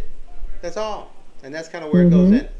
But let's end our stream and then we'll chat it up. Let me see if I can end it. But appreciate you guys, man. Thanks for jumping in. You guys watch this, everything. Put down likes if you find anything.